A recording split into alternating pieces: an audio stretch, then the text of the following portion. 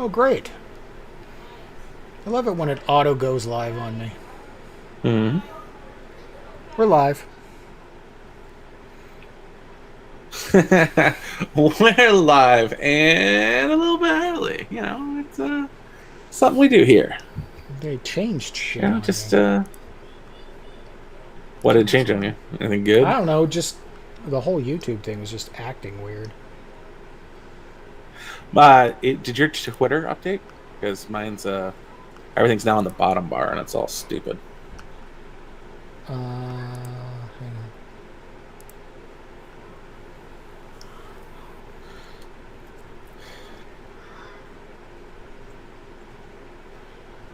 Oh my! I just refreshed, so because we're live now, but I wanted to start a little early. I figured you were done by now, so I refreshed my YouTube page to get to the new thing so that I could see you, and it wasn't available, even though it says in the bottom corner of my screen that you're live. It's Like, acting thanks, really YouTube. goofy. You're so freaking helpful. It's acting real damn goofy. Yeah, like, like, Real damn thanks goofy. for being helpful, YouTube. I guess I do. What the hell? I was gonna wait until like the 5 minutes beforehand to go get a drink. I'm all out of fluids. What? What's up? I just had to turn off the fan and shut the door. Ugh. So we're early. Good stuff. At least Judsky can't say that we're late, or Mike, or anybody else. Did you hit? Okay, Grandpa. Oh. Yeah. Did you catch the start of the show? Yesterday? Mike's usually late anyway. Did you catch the start of Beauty and the Beta yesterday? I think I did, yeah. Yeah, I did. Yeah. Yes, I did. It had a couple of glitches and whatnot at the start of the stream as well. Yeah, But they were apparently Matt's computer issues, not.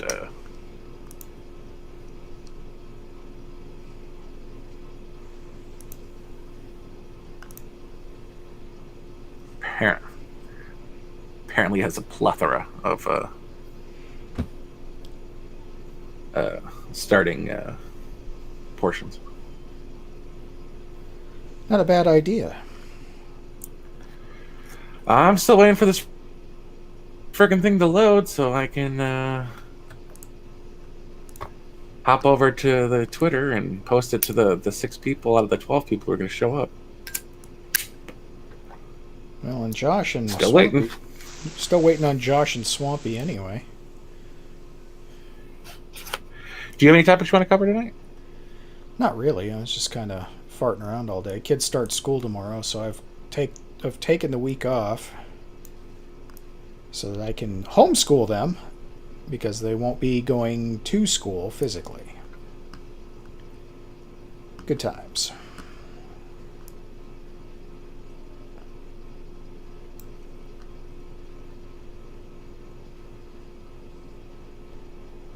Mm-hmm. All right. Well, then, other than jumping the gun, we seem to be in good order.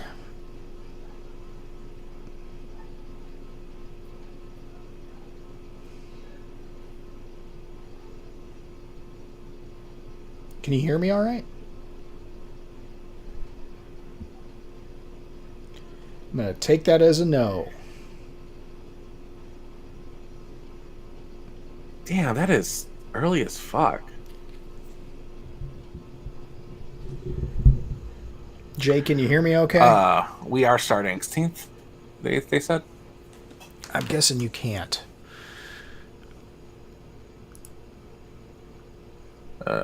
Yeah, Monday the... Sweet. Who's this guy on the far right of the screen? Yeah, am I having issues? Because I'm loading stuff. Hello? I don't think you can hear me. I know it's going out live, though. Oh. Drop and come back, Jay. Yeah, can you hear me? I can hear you. This you is on cannot my hear end. me. Yep. Drop and come back. Josh, can you hear me? Yes. Okay, so that's not me. It's definitely Jay Fry. And unbeknownst to you, you're speaking your final words. Okay, you might want to go ahead and turn off the camera because we've been live for 10 minutes. Ah! You dick. I didn't mean to. They changed shit on YouTube and it just went live on me as soon as I clicked the button. Oh, you son of a bitch.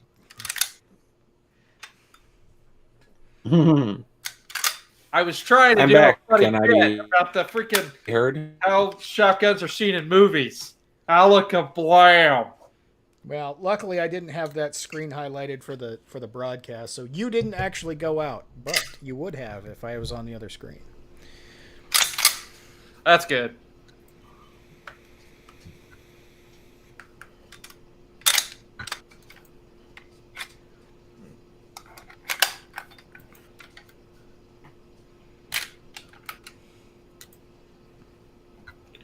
Am I back? You Yeah, are. you're back. Can you hear Are us? you back? Are you still in this plane Jesus, of that was a existence? delay. Yeah, I heard you the whole time.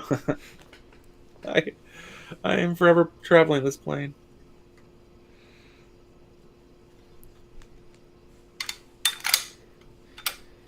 Is it a 727?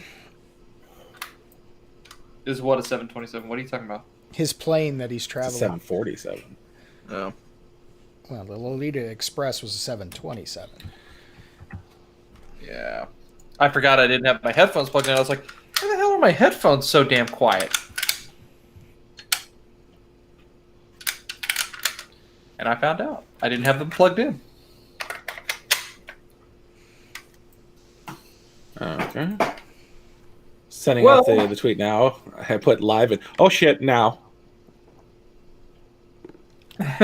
Nice. So, what are we going to discuss tonight, gentlemen?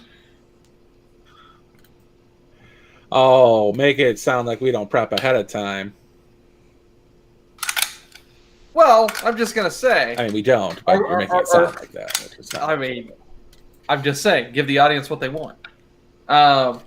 Well, we could go full black pill like Tim Pool and talk about the impending Civil War, since basically that's all he talks about anymore. Like, we haven't been talking about that for, about 2 years. Yeah. It's like, at this point, I'm just like... Bitch, Twitter. I don't... What did you do? What did you do, It's giving me Boomer? limited access nonsense. Stop. I can't. What did you skills. post? What did you post that Hold offended on. somebody? I think I might have posted without the... Nothing. I sent out a tweet like an hour ago, and I got nothing back, but it says I'm in limited status. God damn it. But I did for 2 solid days. I responded to anti-Trump tweets with "Trump's still your president." Your uncle's still your president. So Get Trump over is still your president. Might be the new, yeah. So it might be the new learn to code. Getting flummoxed. Sean, are you Matt's new IT guy or what? Yeah. That's what all that messaging was. I had to turn off my damn notifications because, man, you would not stop blowing up my fucking phone. Jesus. Now you know how I felt sometimes, assholes. Notifications must be nice. Yeah. God damn it. I was trying to listen to music and it's like, ba-ding, ba-ding, ba-ding. Fuck. Stop it. Anyway. It's okay. But Sean, give Sonoran a call tomorrow. See if they can do the whole, Yeah, I will. you know, I etching. will. I will definitely be reaching out to them either tonight or tomorrow. Because I don't think it'll be an issue. I really don't. For To do what now? We'll talk about it later. We'll talk about it later. Okay. so I'm assuming it's This is an A-B conversation. See your way out. Oh, Somebody's spicy Bless you. tonight. I'm pissed because I had a fucking Karen incident. so I was watching a Neo Unrealist. I had a Karen incident. A Karen? Oh. Ooh. Oh, Okay. She yelled at me to put on my mask. Yeah. I was at speaking of Karen and they gave me one of their. incidents, I was watching a Neo's latest Jay, live no one stream. cares unless it actually happened to you. Shut up. Yeah, I was at Izzo's Illegal Burrito today to get lunch, and they gave me one of their masks from behind the bar. I'm like, but why? It's like you're across the bar, 6 feet away from me, behind glass. Yeah, makes no sense. Makes no sense. Yeah, this elderly woman was yelling at me and my girlfriend for not wearing masks because we had them. I had mine in my pocket because I'm just like, you know what? If somebody gives me shit, I'll probably put it on. But she's like, why don't you have on your mask? I'm like, because I took it off. Is that a problem? Well, it's against the law. You can't do that. I was like, it's not a law. It's an ordinance. Get it right. She said, but it says out front you have to have your mask on. I was like, okay. And if they have a problem with it, they can come and get me and tell me that I need to put my mask on. What a twat. Yeah. And then an old man, you should be wearing your mask. Because, you know, Thanks, Gramps. they get strength in numbers, I guess. So, sorry, Jay. I didn't mean to be so forthright with you. I'm just angry. You know he likes it. Not really. He doesn't like it. So continue with your story or Neo's story. Your story about Neo's story. Jay, are you mad?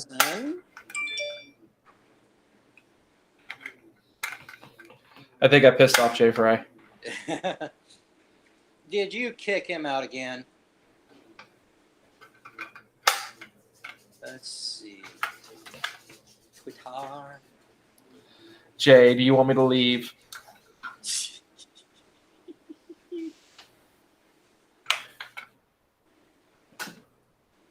I'll text him. Going too?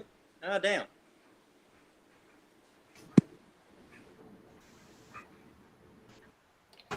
Yeah, he had to Yeah. You hear me? step away for a moment. Yep. Okay. Where speaker?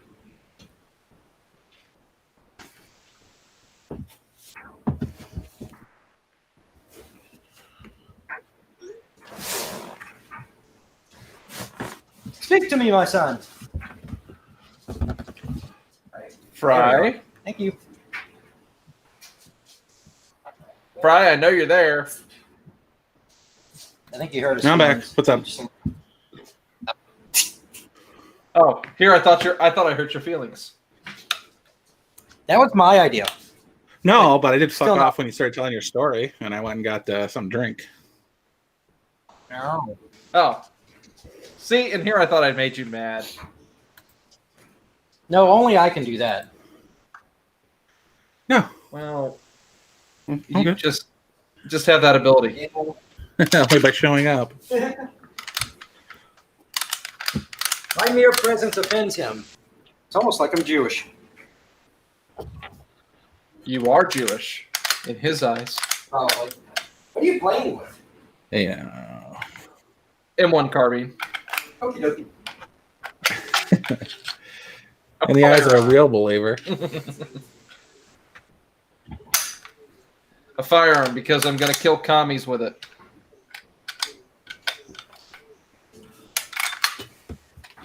I feel like I should have full World War II garb and like have this slung over my shoulder and say I'm going to kill the commies.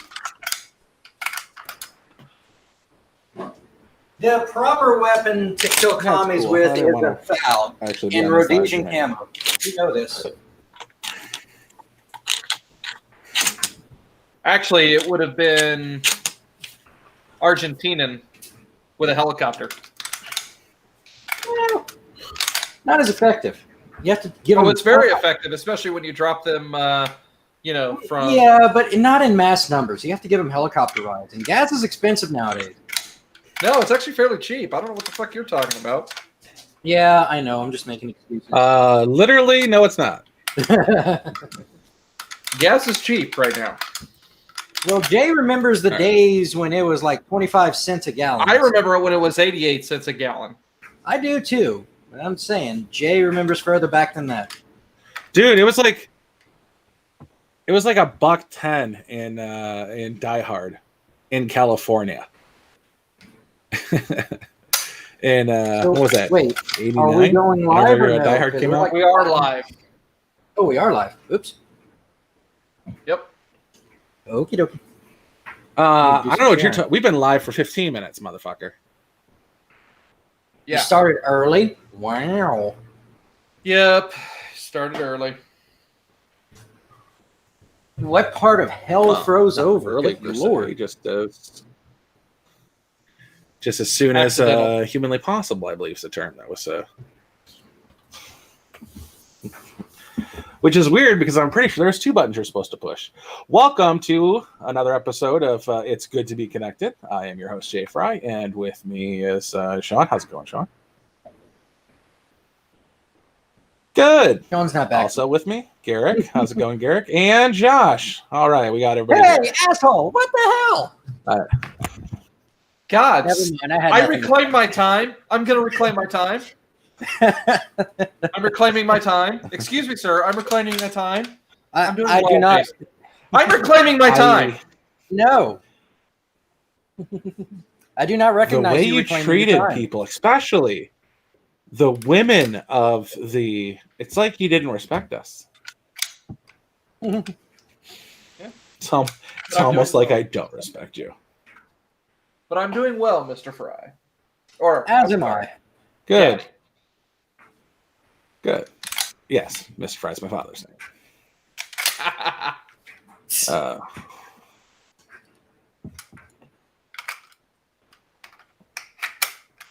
I have a story about that after the stream. Girlfriend zone.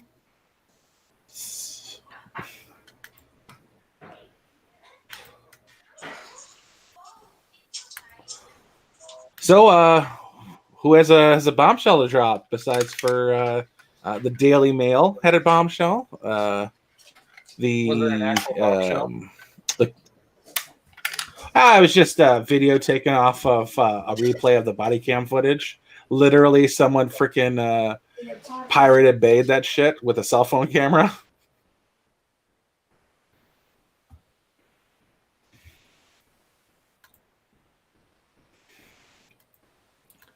So we learned from the actual body cam footage that did not get released magically that George Floyd had not only resisted arrest, he was also visually intoxicated, was foaming, complained about not being able to breathe prior to anybody being anywhere on top of him, claimed claustrophobia when he was pulled out of his car to be put into the police vehicle. Claimed claustrophobia, and literally foaming at the mouth. So if he didn't die with a knee on his neck, he would have died in transportation to the police department. It's absolutely a clusterfuck. And Keith Ellison, being Keith Ellison, is overreaching on his charges. And we will probably find that out about end of October, really early November. I'm saying no later than, what is it? It's, I believe, November 3rd is election day. So I'm saying before November 2nd, we'll find out those charges aren't what they are supposed to be. Yeah. Which is kind of ridiculous because this plan, like, what do they really want shut down right now? Schools and churches. Have you ever voted at a location that wasn't a school or a church? No. Like in Michigan, I voted at my junior high, after a redistricting, just the voting locations, my high school. So I used to travel 3 miles. Now I travel 1 mile. Then I came to Tennessee, and it's at a church. So the two places they want shut down most are the schools and churches. Third place they want shut down most are bars. So 2 voting locations and the place you come to do most of your talking. It's either social events at church or social events at the bar. They don't want you communicating with each other, and they don't want you voting. Oh, they want you voting It's by clear mail. to me. They want them voting by mail. They don't want you voting by mail, sir. Yeah, well, no dice. Granted, you're a fence sitter, but your knees are pointed my way. Yeah, fair That's assessment. a little too much. That's a fair assessment. Very fair.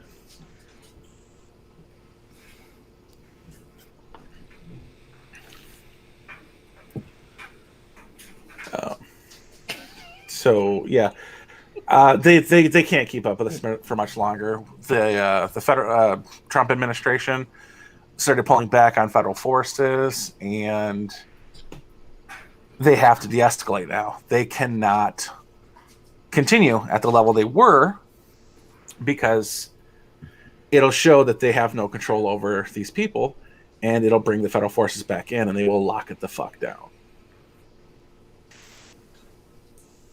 I'm a small government guy. I don't enjoy police abuse of any kind. Something I can get behind is not. I back the blue, and I understand escalation. I also understand de-escalation, and the police have to come at you hard. It's the only choice they have, because if they come at you soft, any strengthening of their position is what's called escalation. So if you come into a situation at an 8, you can de-escalate it to a 6 or a 5, which is a normal interaction.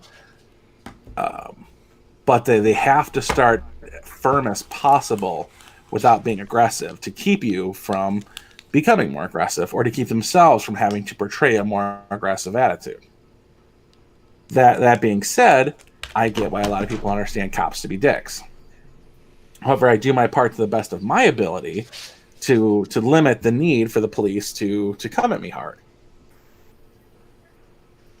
I am a concealed pistol. I have a Go buddy ahead. of mine who went through the academy, got hired by Phoenix PD, and didn't make it through training because he wasn't hard enough. You have to be hard. You have to be hard. But I disagree with that. I think that his approach is much better and would be much more desirable, because if you have to escalate, you escalate. But it's not up to the cops to escalate. It's up to the perp to escalate, and the cops respond in kind. They have to be in control. That doesn't mean they have to be a dick.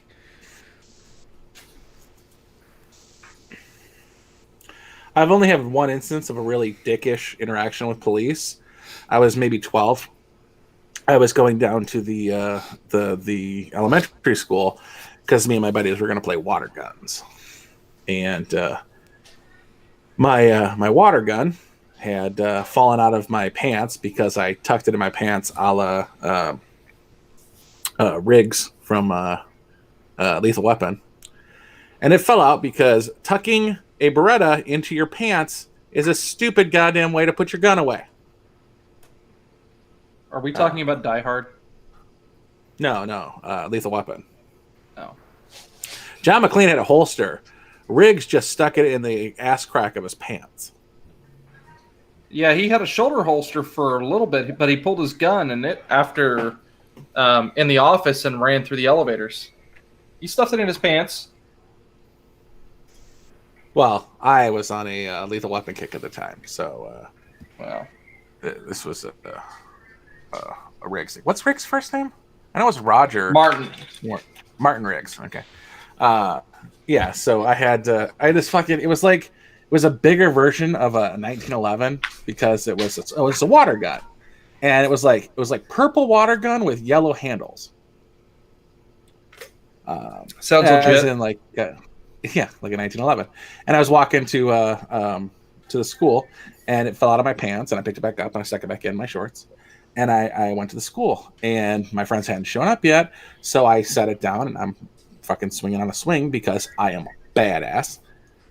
And cop pulls up right onto like the playground in her vehicle and roughed the shit out of me until I explained that it's over there on the bench. Calm the fuck down. Scared the living shit out of me. I was 12, but I was also 12 in her size, so I understand that there could be an issue with that. And finally, when she realized it was a pistol, she de-escalated to a. We got a call that there was a gun fell out. And I'm like, that happened. Yeah, that happened. I dropped it about a block back. That's me. Because puberty wasn't a thing yet. And after that, like she was scary and hard, but after that situation, it had de-escalated. She was rock hard.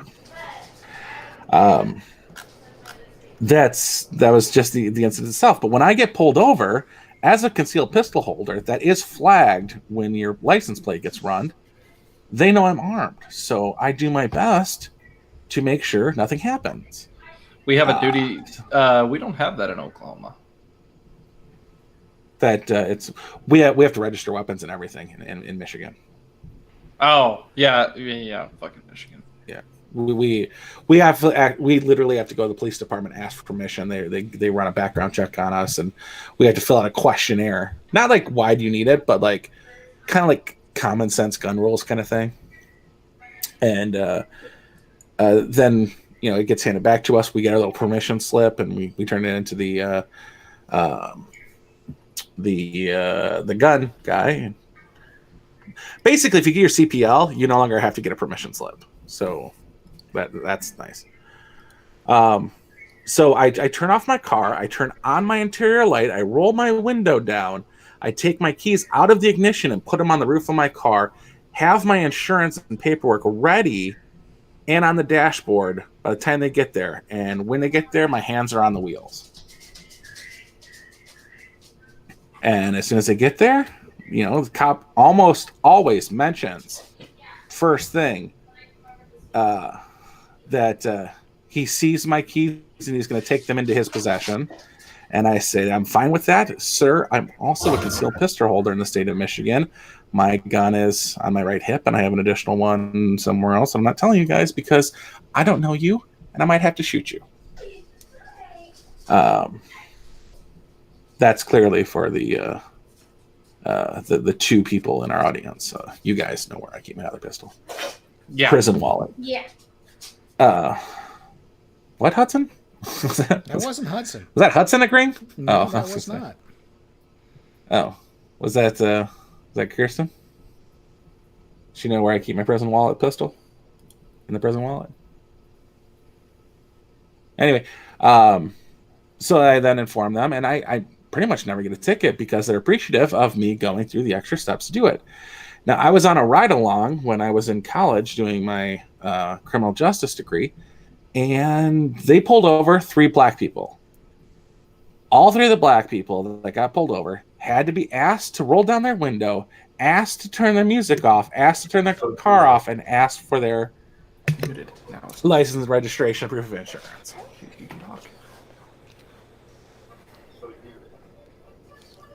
It's a process. If you guys gotten 1 ticket, you should know how it goes past that. Is he still going? Should be ready and participating in it. Or is he talking about CPL?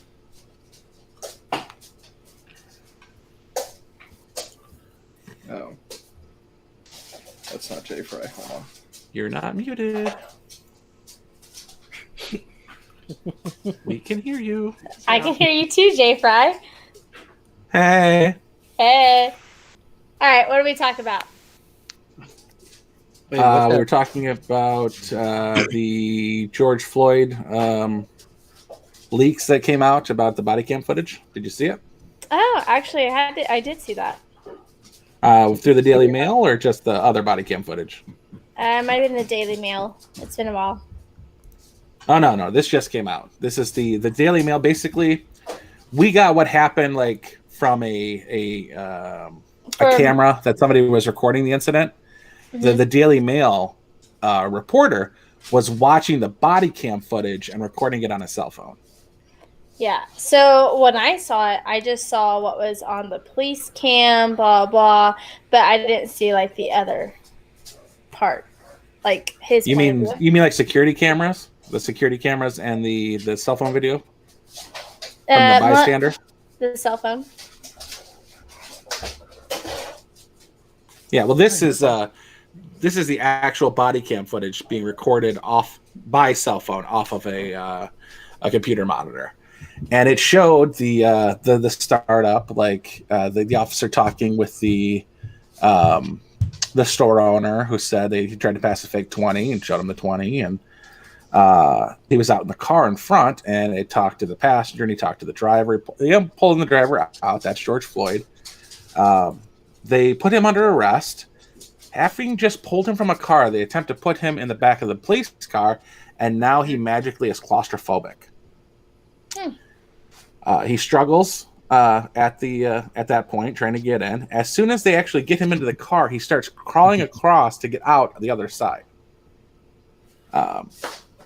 They comment that he's foaming from the mouth, so obviously he's already suffering from the effects of the fentanyl because he is about to die, and resists arrest enough to be put to the ground. He literally asked to be put to the ground because he cannot breathe. And he just needs a minute. This is a stalling tactic. It's like, have you ever babysat a child? I have. There's 1,001 reasons not to be put in bed. Mm-hmm. Well, they have anybody getting arrested has 1,001 reasons not to be put in the back of the car, and they're all the same. So if you're anything like a career babysitter, once you've babysat 3 different kids, all the excuses are exactly the same. And the cops have to deal with this on a daily basis. The same excuses every time. Ever since Eric Gardner died while in tussling with the police, they've started saying, I can't breathe. Prior to that, it was, I have to go to the bathroom. Prior to that, it was, make love, not war, whatever kind of nonsense they had available to them. It's the excuses they make. And the cops have been dealing with this for years. So, like, no one's thinking of original shit. So, Right. the cops have to deal with it the same way every time. Mm-hmm. And it shows it, and eventually we cut out because it was on a live stream by our buddy Neo and Realist, and he didn't want to get in any trouble because it actually shows George Floyd dying. Mm-hmm. But it was the lead up before we saw the video footage from a cell phone from a bystander. This led up to that, basically at the start of that. So it gave us a lot clearer view. It showed the actual resistance. It showed him foaming from the mouth. It showed him being generally uncooperative. Like, if you've ever tried to take somebody unwilling to bed and they just go dead weight on you, it's that, except George Floyd's like 6'3" and 220 pounds, unless you look at his casket, which is like 5 feet long. Oh, Lord. But still, it was a hell of a thing to finally see. And I don't think that you can get Officer Chauvin, for anything greater than a manslaughter charge. And he has, second-degree murder? They charged him with second-degree murder, but I think they could probably get him for murder 3. That's what everybody claims.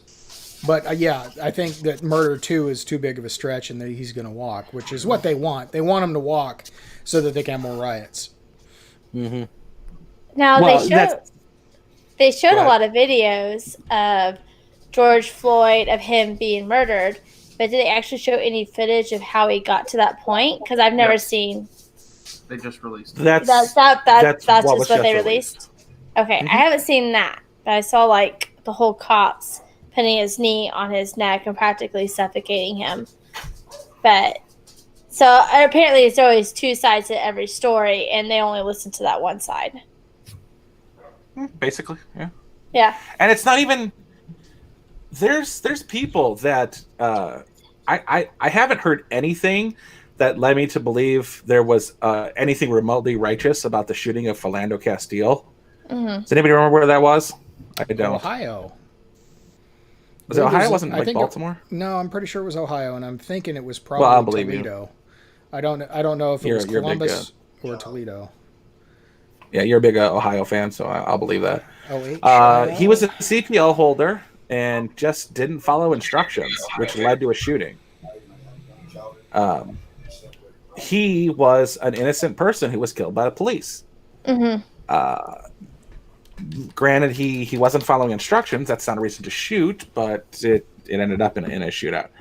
He is basically a good guy with a gun who was stupid, not illegal by any means. He just wasn't following orders, which is a far stretch from... See, there's people when you're nervous, you do what you think they want you to do instead of doing what they're actually being told to do. And he knows that he's reaching for a wallet to show his concealed pistol license because that'll make everything better. But the cop doesn't know what's in his head or in his heart. So it ended up in a shooting when he saw him pull something shiny and black, which is a leather wallet and a freaking back end of a clock. Pedo Castillo? Yeah. Yeah. But, of all the things to get outraged about, it's funny that they pick the least palatable ones to get outraged about, and that's the ones they drive home. I mean, between Michael Brown and George Floyd, you have Philando Castile you can pick. You have Eric Garner you can pick. There's so many others that you could pick that rightfully would be something everybody could rally around. But that's not what they pick. They pick dirtbags. Breonna Taylor and George Floyd. Trayvon Martin. Like, Tamir Rice is a pretty damn good example of just how fucked up it can be. Yes, he was a 12-year-old. I was once a 12-year-old. I was once in the same situation he was. But I didn't point my gun or fuck around with my gun at all. But, which was also fake, like his was. That's not what they get about. Breonna Taylor, they're still talking about a no-knock warrant being served on her and shooting her in her bed. Yeah. No. They knocked on the door. That's how they were able to get to their guns in time. However, they did do the no-knock warrant on the drug dealing house. All right, the situation is officers follow a man, I cannot think of his name, which is the ex-boyfriend of Breonna Taylor. The drug house that he runs, basically, gets supplied from Breonna Taylor's home. When they linked the two together, they were going to do simultaneous hits on both homes. It is ridiculously complicated to get a no-knock warrant because of the stipulations behind how it has to be filled out. They go through those hoops. They get the warrants. They do practices. They do drive-bys. They've literally got the blueprints to her home, so they know how the inside looks. And they, at the same time, simultaneously hit her house and hit the drug house. What? Nothing? Okay. The no-knock warrant was done on the drug house, and everyone was taken into custody, and no one was injured.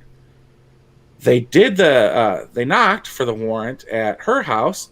They found no drugs, and both of them came under, or all three of the officers came under fire by the two people in the house. The boyfriend was shot. The girl was shot dead.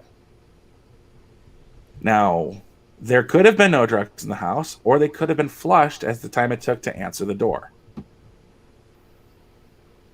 You'll never know because you didn't issue the no-knock warrant.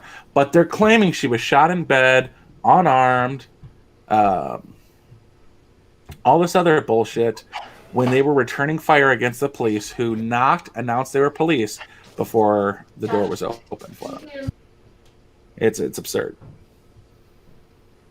And it doesn't help when Sean King keeps telling people that unarmed people are getting mowed down by cops, and pointing out there was a guy with an AK-47 just the other day who the altercation started because he wasn't wearing a mask.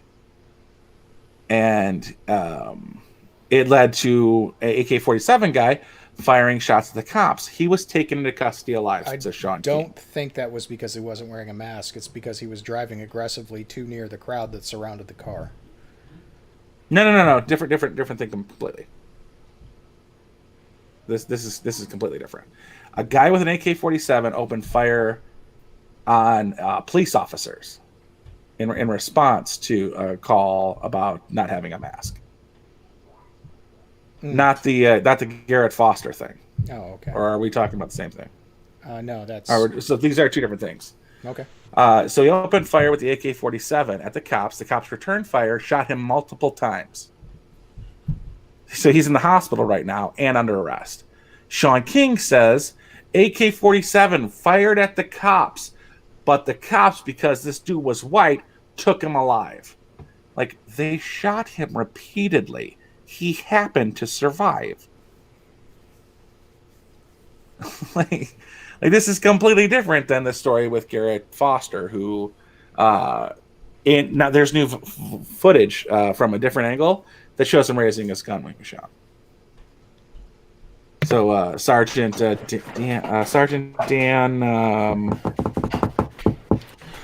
Well, anyways, the guy who did the shooting was from Fort Hood, and he was Armored Cav Division.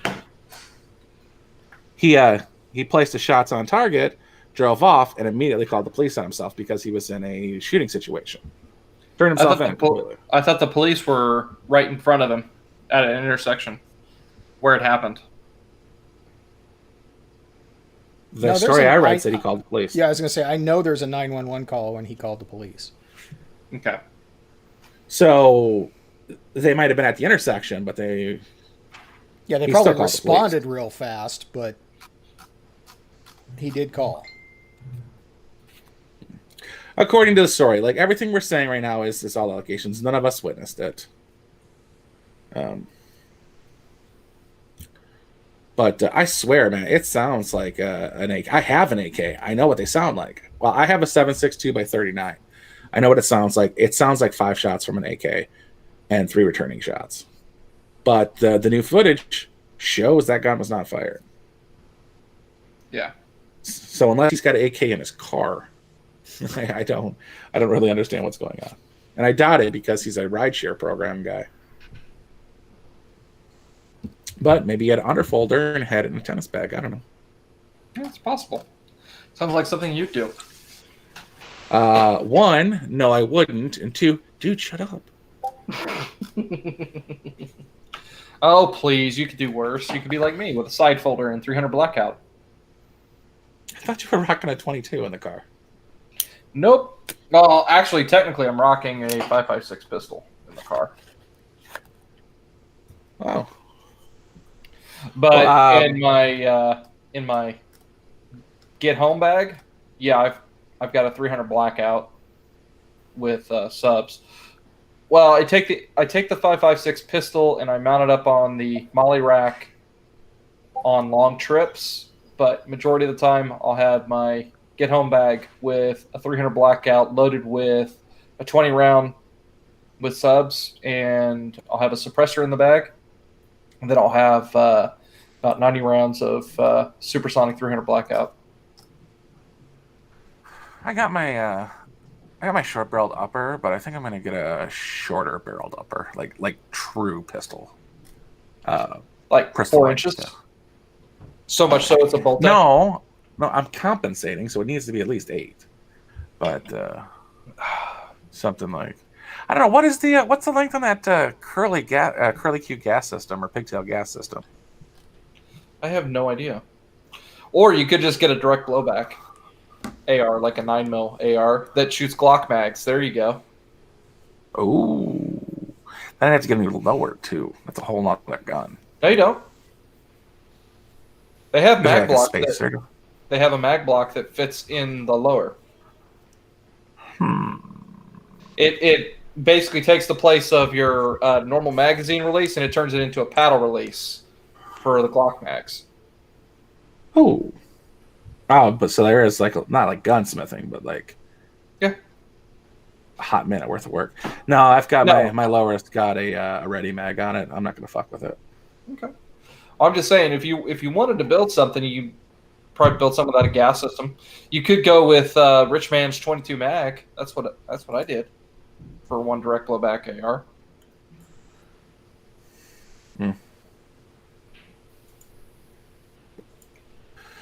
So, switching topics, what does everybody know about Mother Teresa? I know a little bit. She helped the lepers.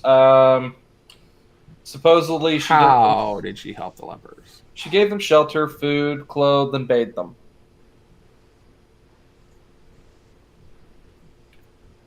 Was it quality food? It was in a third world country, so I'm going to say any food is good food. Garrick, you got anything? No.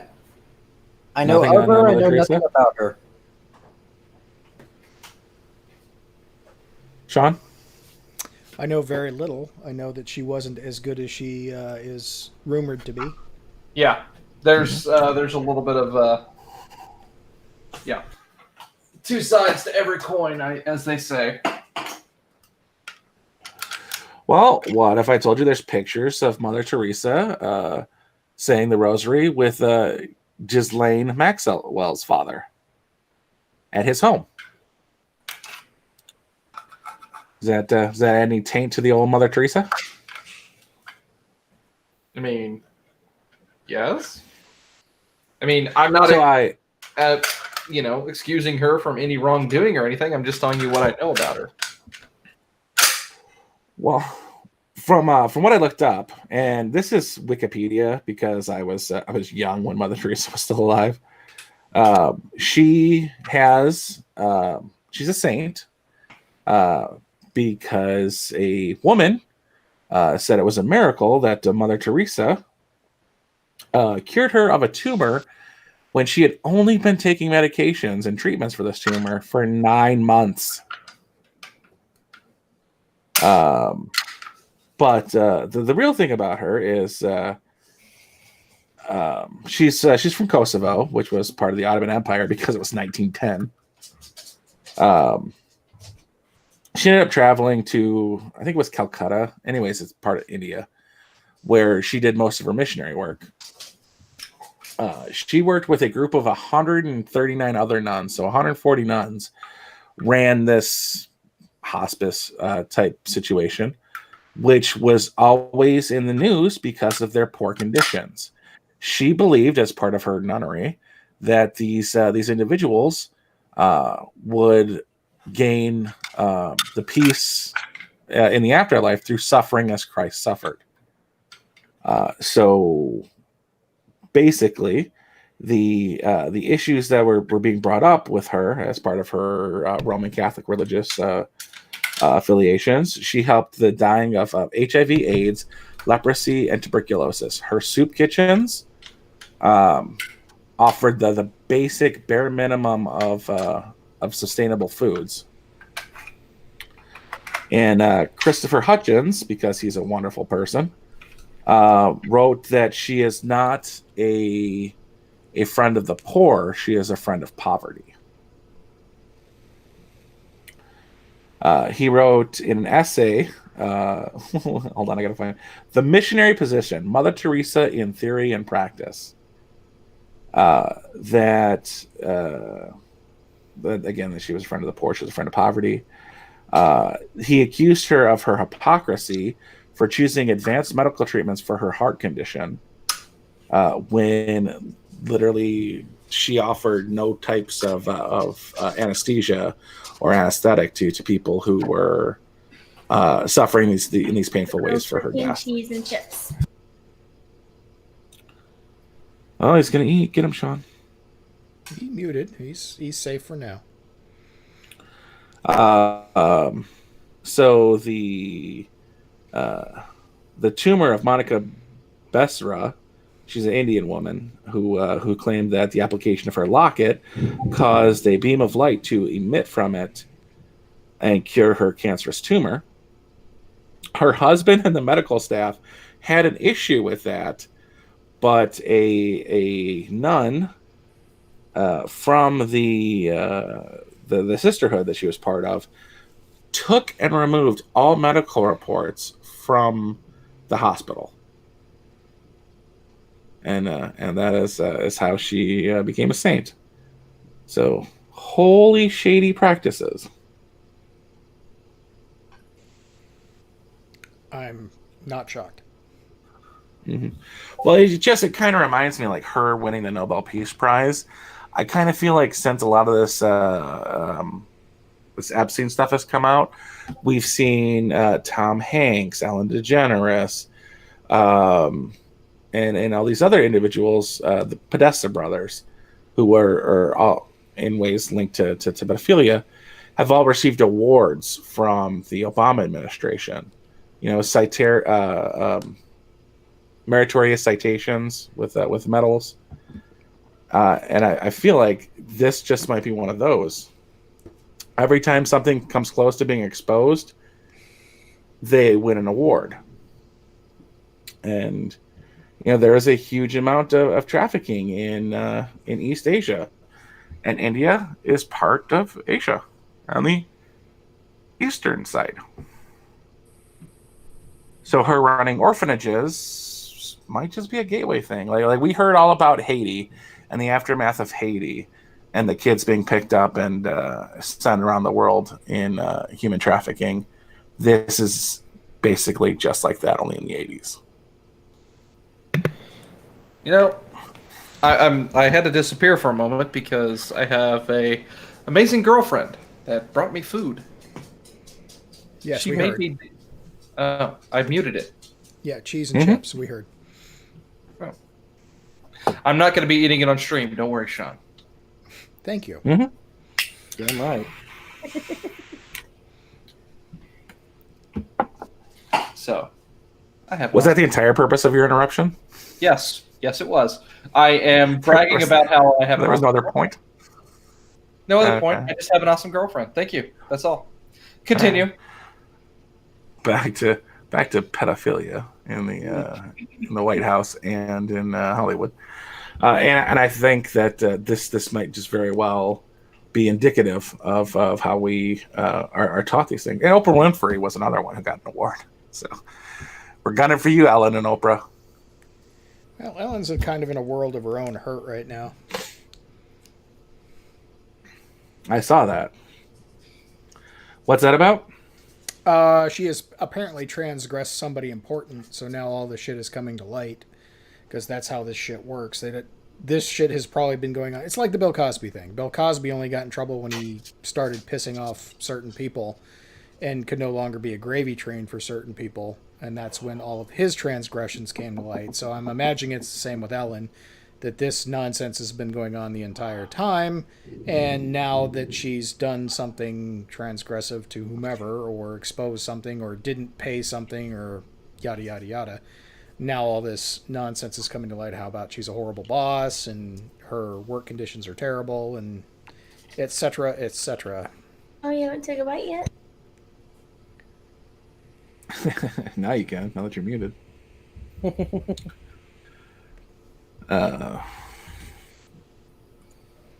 Yeah, I don't give a damn. But that was absolutely how they wanted to portray her. Oh, look, she dances.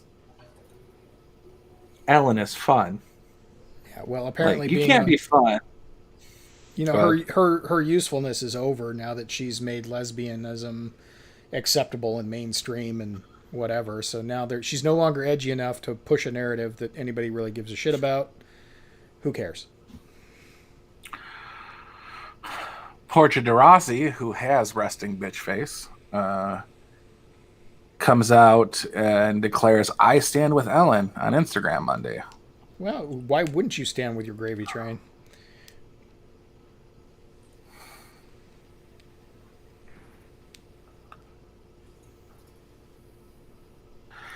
Her hashtags included "Stop Bot Attacks."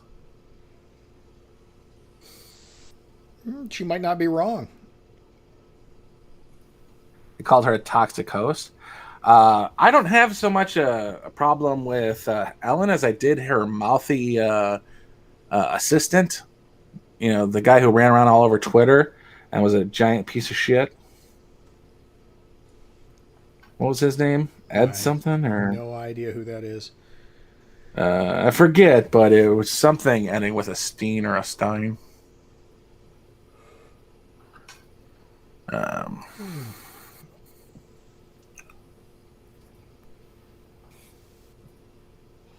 Mars ice sheets, Canadians. Major League Baseball had quite the hit in viewers from last week to this week. Well, week 1 to week 2. Yep. Apparently, America's favorite pastime is watched by patriots, and they don't care for this shit. Pretty much. I mean, I don't understand the sports leagues not putting a kibosh on this because it is ratings poison. They don't seem to understand. The NFL has taken 3 consecutive years of hits because of Kaepernick and his nonsense, and that's before it got ubiquitous. Now that it's ubiquitous, it's getting worse, and they're still going down the same road. Just determined to be stupid. Would you say there's a plethora of kneeling? God, yes. Too much. There's a plethora. How much is a plethora? So Obama sent out his list of candidates who has his endorsement for the election. Yes, and missed in 2018 and again in 2020. AOC doesn't make the cut. So apparently his form of socialism and her form of socialism are not compatible. Well, that's because he is a globalist cuck and she is a populist socialist. She is too much of a loose cannon for him to control, and they have no hooks in her.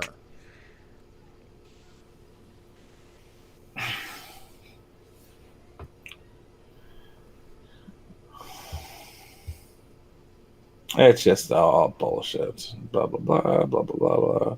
Our country's future hangs on the election. It won't be easy, he said.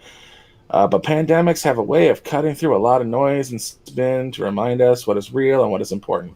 That clearly means pandemics do not cut through any noise, don't have spin, and reminds us what's fake. Because all this bullshit is bullshit. I cannot explain to you how badly anything that is said from a liberal, not like classic liberal, but this new group that's claiming to be liberals, which are really progressives and socialists. Leftists. We'll call them leftists. Commies. Leftists. Authoritarian commies. Damn commies. He shouts from his high horse shaped like a fence. I'd shout at Nazis if they were real. Oh my God, no. They are, but they're Winston Churchill real, where the newest form of fascism claims they're anti-fascists. The thing that's really bothering me. All right, did you guys watch anything from Bill Barr and his clusterfuck of timer claiming? I watched most of it. Yeah. Did you see Japali? Congressperson, how she got Jay angry because he was being rude. Yeah. Yeah. Just the way he was ignoring women, especially women of color. So she wanted to point out, like, how come you didn't send in the feds for this one single protest on one day that took 4 hours of a time period up? Why didn't you send the feds in for the protest in Michigan, which armed people did protest in Michigan against the shutdown, the mask laws, and the ironic "I need a haircut," which is a take on the reason that the claim for "I need a haircut" it comes from the what's the Chicago's mayor's name? Beetlejuice. Yes, just don't say it 2 more times. Mayor Beetlejuice. Lightfoot. Twice. I got it twice. Lightfoot. That's right. Like, when did we lose Rahm? I thought he was running Chicago. I didn't even know. Like this pandemic happens, and that's the first time I see her. I'm like, where's Rahm Emanuel? What the hell? Who the fuck is this? Who voted for this? So she gets caught. Jesus, storming bad here. She gets caught getting a haircut. she said the reason she gets to get a haircut and you don't is she comes on the TV. So signs say, I need a haircut. Ha, ha, ha, ha. Funny, funny. Armed protesters, apparently there was a Nazi either at that rally or some other rally that they clipped into that rally. But armed protesters stormed the Capitol legally. Protesters, because nothing was broken, no doors were broken, no laws were broken, nothing was broken but the feelings of Democrats. She called that a terrorist riot, which in all reality was a peaceful protest and ended up with cleaner streets than when they started. Because that's what conservationists, part of the conservative movement, do, is they conserve. Like you will find after any Tea Party rally, there's a garbage can. And when that garbage can is full, they literally bring out garbage bags. And they surround the garbage can with the garbage bags from the garbage they picked up while protesting. Because that is a lawful protest. Now, if I saw BLM cleaning up the streets, I'd have a different view of them than the ones breaking windows and burning shit and tossing grenades wearing grandmama's vest. So I cannot... Anything a leftist, you're welcome, Sean, says is the absolute opposite of the truth. Well, they will always accuse their opponents of doing exactly what they do. If they directly accuse somebody in their opposition of doing something, you can be 100% guaranteed that's exactly what they're doing. Do you guys remember the hot mic with the Russian ambassador during the mid-election in 2012? Yeah. When Obama said, once the election's over with, we can work with you. That's colluding with Russia. Well, I'm going to go ahead and hop off here, fellas, and I'm going to enjoy the dinner that my girlfriend made me. So you guys have a wonderful night. You too. Take care. Mm-hmm. Oh, go away. Technically, we have for an hour. Yeah. So speaking of Grandmama's Boy, I want to talk about this. This kid, I don't often use the R word. I think this kid's literally retarded. He's just a dumb kid, and he's a dumb kid whose parents kind of gave up on him apparently because he's been in trouble for a while. That's why he was on probation. Felonious trouble. Yeah, like not insignificant trouble. Has a parole officer, et cetera, and did something really stupid. Now, I agree that I kind of agree with him in that somebody probably did hand him that explosive to throw because whoever handed it to him probably knew exactly what it was and didn't want to be the one to take the fall for that. However, he's a dumbass for even being where he was while he's on fucking probation.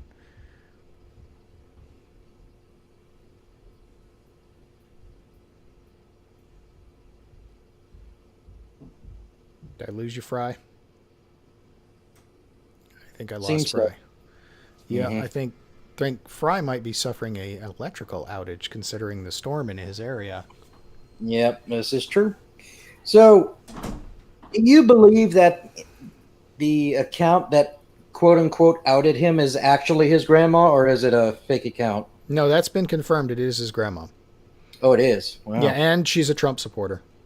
I know. That's what kind of threw me off. It's like, okay, so Trump 2020 something account. It's like, well, hold on now. That's a bit too obvious to be true. You know, it's like it's too good to be true. Well, I mean, sometimes, especially this year, truth is stranger than fiction. This is very true. And the fact that grandma supports Trump is probably part of the reason that Junior doesn't. He's obviously a bad apple in so much as that he's been in felonious trouble. And maybe he's starting to get his head screwed on straight. I mean, he did offer himself up after the fact. I'm sure he's in a world of hurt for it, but the fact that he did that, I think, has got to speak for something. Because he could have, I don't know that they would have ever caught him without him offering himself up. I mean, it's possible they might have. It's possible that they just would chalk it up to more writing nonsense like everybody else that's there. And, you know, it just would have flown under the radar. But the kid absolutely did the right thing. Even if it took a while, he still did the right thing. So, I mean, can you imagine being on probation and then doing something fucking retarded like that? I mean, I wouldn't have given myself up if that had been me, but good for him for doing it, because it's going to lessen whatever he gets charged with, and it's going to lessen his sentence. But he's still boned. Now that he's not a juvenile anymore, this is going to go down as, you know, an adult felony, and he's boned. Yeah, he's kind of fucked himself over. Right, but that's not to say that in 5 or 10 years he's not going to rehabilitate and pull his head out of his ass. It sounds like that from what's gone on with this thing that he did pull his head out of his ass. The problem was that it was there in the first place. So, not much you can do with that. Yeah.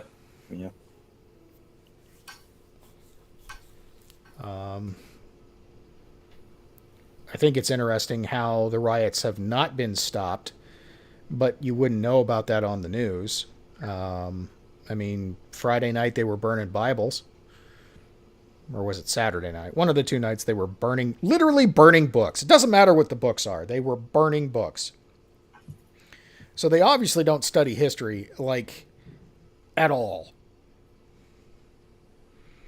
No, obviously not. I mean, this is something I talked with Matt in our private hangout. It's something of an analogy I come across. You know the story of Helen Keller, right? Roughly. Yeah, so it's a little girl that was born blind and deaf. So she's missing a lot of, you know, faculties necessary to navigate the world. Right. And so it's difficult to educate her, and that's kind of the problem with these people. They're blind and deaf to the world that they grew up in, the shoulders that they stand on, and the history before them. It makes them, you know, lacking in gratitude. One, and number two, they're acting like Helen Keller did. I saw the movie and parts of the movie at that, so I don't remember much, but there was the one scene at breakfast where the kid goes in and is just running around and taking people's food off of their plates as they're trying to eat breakfast. And that's what these kids are doing. They're running around, they're rioting and looting, at least the ones that are, you know, agitating this shit. Mm-hmm. And so the point I was getting to was, well, they just need to be forcibly taught like the teacher did.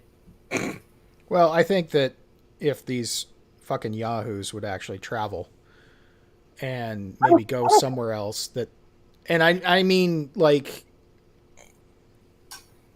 generations ago, college students would travel, and they were legitimately dirt poor when they would do this. You know, they would travel Europe, or they would travel wherever they would travel. Just go someplace else that isn't here and do it not as a tourist, but as a legitimate, you know, hobo, basically. Yeah. Backpack across Europe, legit. Yeah, do something like that and actually get your life experience, because things can be better here, but they're the best here out of anywhere. Yeah. Well, and a lot of people don't have that understanding. Well, yeah, and then here's the problem too. If they're going to go on these vacations and trips, as you say, they're going to do the touristy thing and come back, because they're not stupid. They know, well, they have some inkling that things are dangerous. They just don't want to admit it. You know, if you step off the beaten path in France, you're going to get gang raped by, you know, roaming groups of Asians, shall we say. Well, I mean, that can happen here. That can happen anywhere. You don't even have to go as far as Europe for that. You can just go down to Mexico. Just Well, and that's the thing that I don't understand. All these left coast liberals, they could just go to Mexico. Yeah. Go hang out in Mexico for about a week. Come back. You're gonna have a different viewpoint.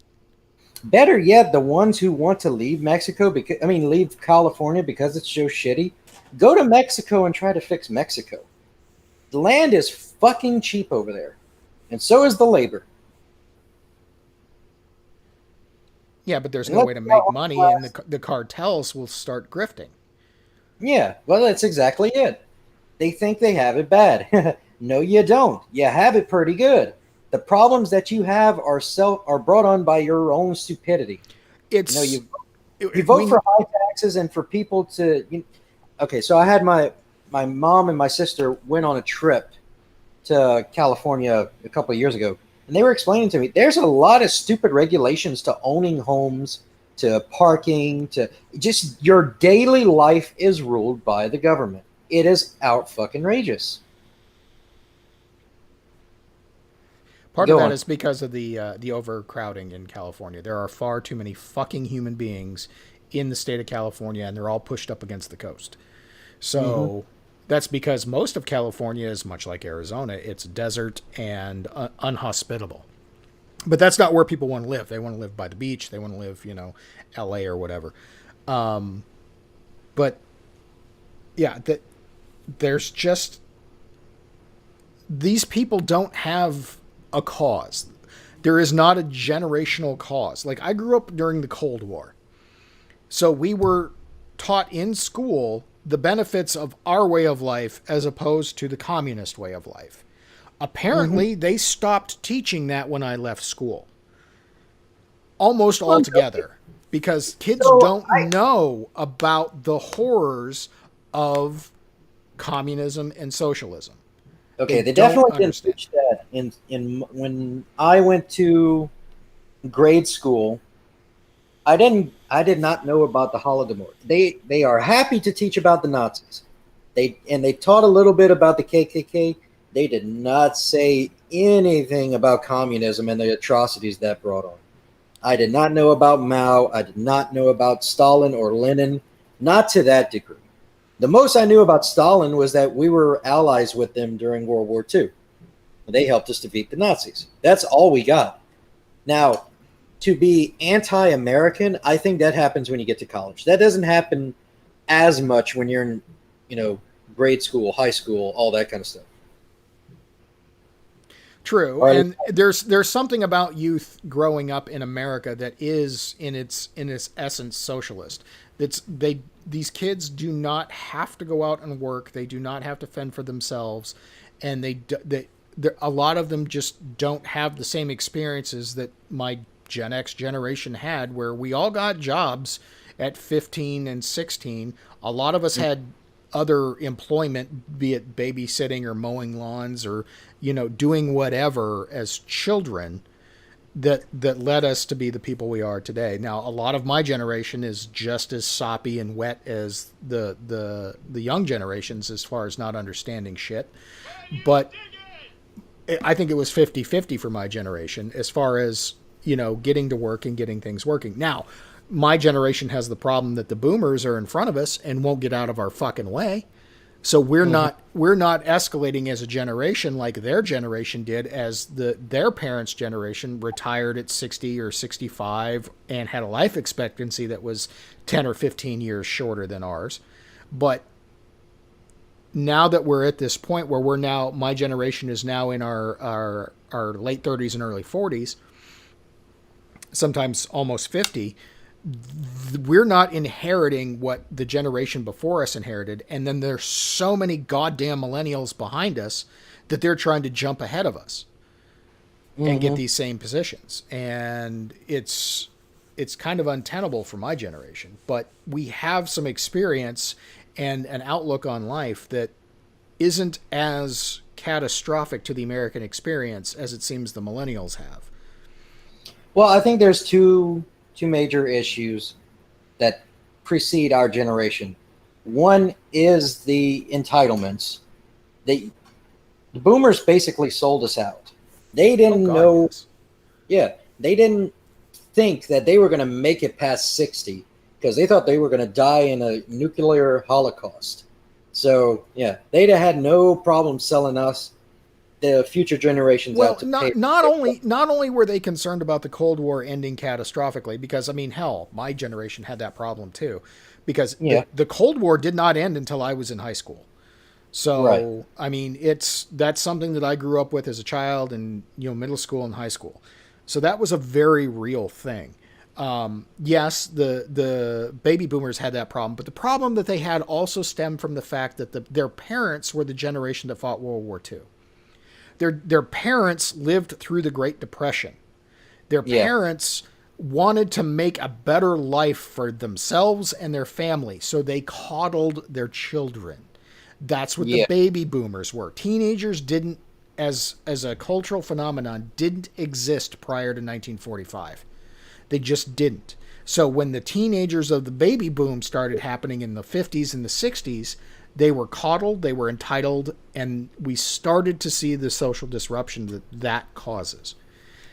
Gen X is a little different. It's not that we weren't coddled, it's that because our parents were so coddled themselves, they didn't do the same amount of coddling because they didn't have the understanding of why to do it, to make it easier for their children. And they had that coupled with being selfish because they felt that they were the entitled ones, our parents being the entitled ones, more so than our generation. So we were kind of free range, and we got accused of being slackers a lot because we were kind of listless. We had no generational motivation factor. The Cold War wasn't really our issue. It was something that was foisted on us as children. But by the time that we came of age, that was kind of a done deal. So the 90s were really a boom. There was no common foe. There was no common windmill to tilt against like there had been for the 3 generations prior to us. And we have forgotten as a society what's good about what we have, even though we all want to make it better. We do. It's just that getting there means different things to different people, and it's a really hard thing to come to terms with as a generation. Okay, well, that's the first part. And then the second part is where I blame a lot of the GOP and the Republicans and conservatives. They started to skew this idea of greed is good style of capitalism. And what happened was you lost this what would you call it? It's kind of a religious bedrock for values.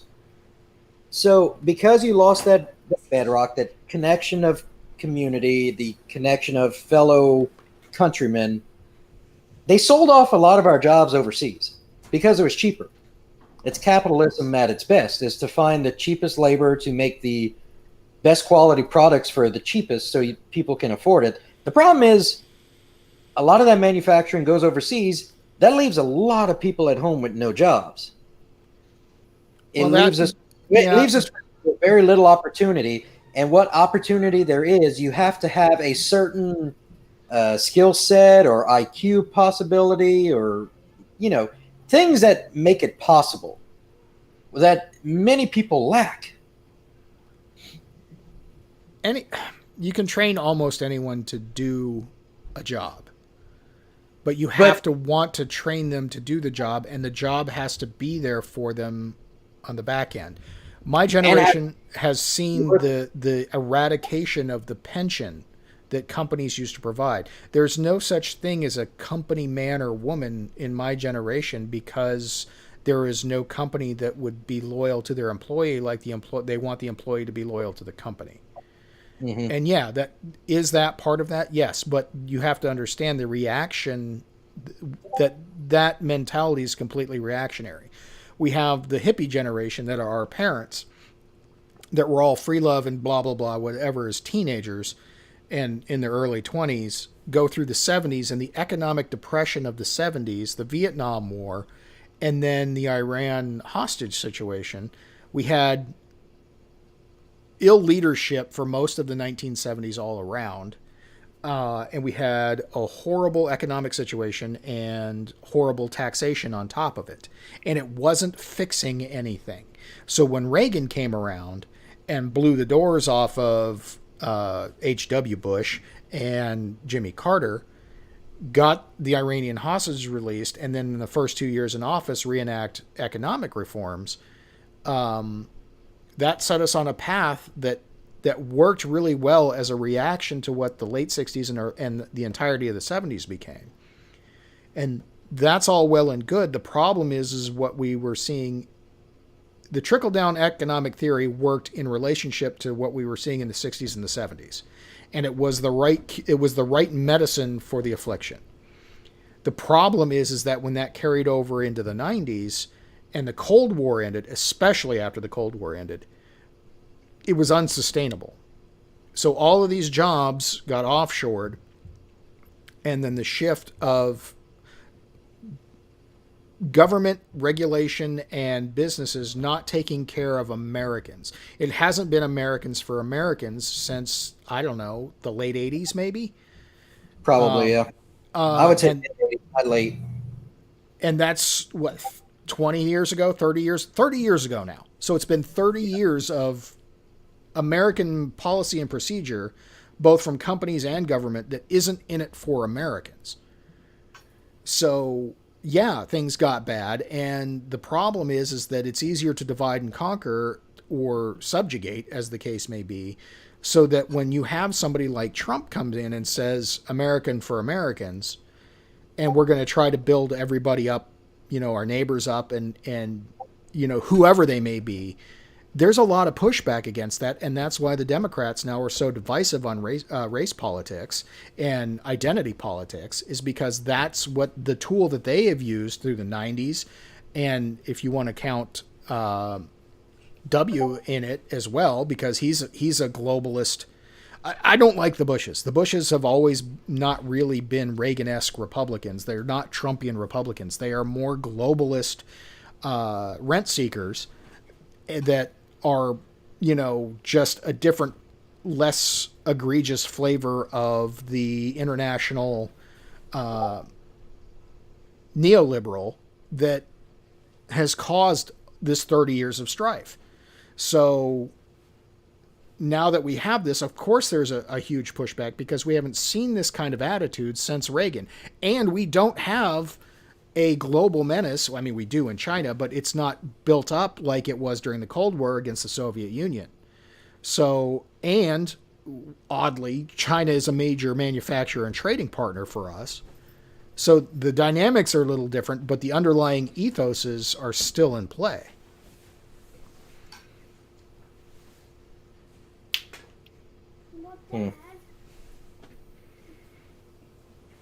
But I mean, what we're seeing right now is a moral panic that is almost exactly like the moral panic we saw in the 80s with Satanism and stuff, that everybody's forgotten about, or hasn't forgotten about, but has rose-colored glasses on, because it was supposedly a right-wing moral panic as opposed to a left-wing moral panic. But honestly, the similarities are there. Hell, even some of the players are the same. The Gores, same players. We haven't seen a change in American politics in 30 years, honestly. The same people are there that were there 30 and 40 and 50 years ago.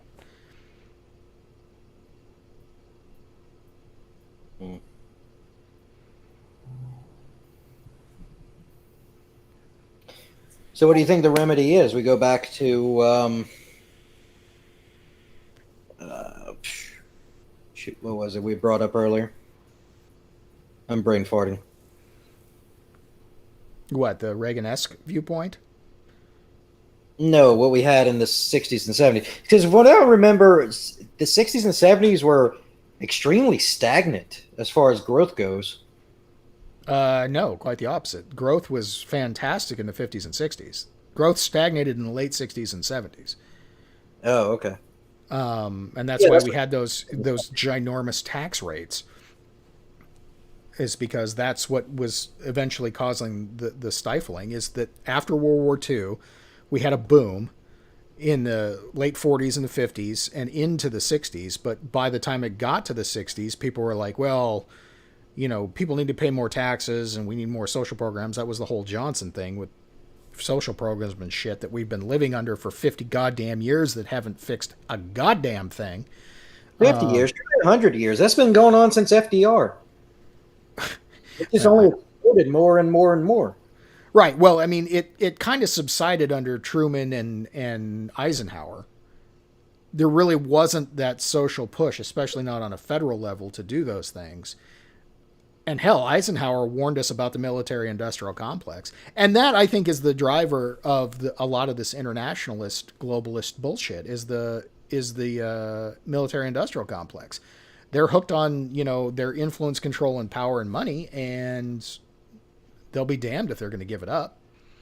Well, of course. Power corrupts, man. But to the other point that Trump has brought up before, selling arms overseas is good for our economy. Can be, yeah. But, I mean, we don't have to participate.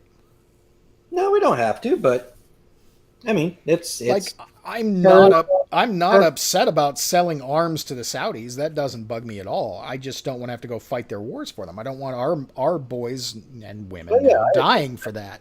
That's fucking bullshit. Yeah, I agree with that. We shouldn't be fighting a war that isn't in our interests, in our better interests, in my opinion. Well, I mean, honestly, at this point, we should reserve our means and troops. Maybe not our means. We could probably offer material aid. I don't really have that much of an option of picking a side and giving the side we pick material aid. I'm okay with that. I just our military's lives are not worth the ongoing conflicts that we currently have. Especially now that we're going to have to build up for what is most likely going to be either a civil war and or a war with China. Well, yeah, we're in a cold war with China. This is what we had against Russia for the fucking longest time. And what's worse is that a lot of the shit that the jobs that we shipped overseas, what is it, like 70 to 90% of our manufacturing is in China? Yeah, it just depends on what version of China. I mean, I'm okay with trading with Taiwan. I'm okay with using Taiwanese labor. I'm okay with Taiwanese goods. It's mainland China and the CCP that's the problem. And that's a conflict that we're going to get dragged into no matter what. Well, yeah, and then they're fucking with our currency as well. They're starting to not use our dollar, which is driving the value of it down dramatically. Not to mention that we're dumping, trillions of dollars into our economy with no end in sight of stopping. Right. And all of this is foisted upon us by these globalist industrialists and the military industrial complex. It's all linked. It's all the same shit. And it's just business as usual because nobody knows how to do new business. As far as I'm concerned, we should be pulling our military back, but expanding our influence as far as we need to start exporting our values. We need to reaffirm our values in ourselves first, unfortunately, because apparently the Marxists have now taken complete control of one of our major political parties, and we are no longer sharing common values with our own neighbors and citizens. This Marxist nonsense needs to fucking stop. We need to reaffirm our values in the First Amendment, the Second Amendment. The third is irrelevant. Well, it's not completely irrelevant because China is actively violating what we have in our Third Amendment. So it's still an important amendment. It's just not something that anybody's paid attention to anytime soon. But there are commissars that are foisted upon the populace in China, where party members are forcibly put up in their homes and report back on them and make sure that they're good party members, which is disgusting. So, I mean, it's still an important amendment, but we need to keep it. But the rest of them, all of our amendments are important, and we should be exporting them to the world. We should be leaning on to Canada, to the UK, to Australia and New Zealand and say, no, you want to be part of the most economically and productive society that this world has ever seen, the most free society this world has ever seen in English speaking Western democracy, you need to start adopting our values and letting go of some of your past restrictions. You need to have a legitimate freedom of speech. And that should be the first one that we've placed on everybody. Not this mamby-pamby bullshit that they pull in the UK and even Canada for that matter. Instead of us talking about hate speech laws, we need to be turning around and saying, yeah, hate speech isn't a real fucking thing. You can say shit that's hateful, but that's not a crime. It just labels you as an asshole. So why don't you knock it the fuck off and let the social costs of that speech run their course, but then turn around and say, yeah, I may not agree with what you have to say, but I will absolutely, with my life, defend your ability to say it. We have lost that over the last 30 years. That was a core foundational thing that my generation grew up with. Well, yeah, that was the 60s with I'm not that old. And all that bullshit. Not that fucking old. But roundabout. Not even roundabout. That's 20 years, that's 20 years before me. Just a little bit. But Anyway. It is something that my generation has, that that was the values we were brought up with, which is why we tolerate these fucking leftists and their fucking nonsense. We don't have to agree with them. We just have to let them say it.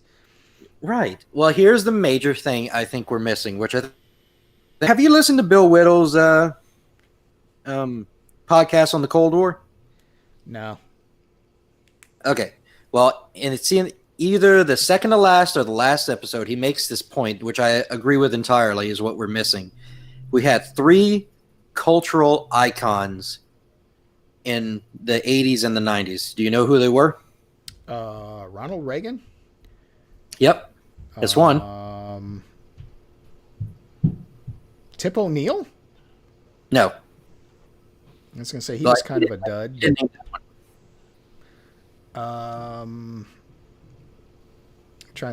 Arnold Schwarzenegger. No.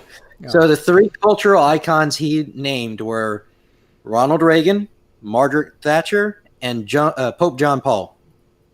Okay. Yeah.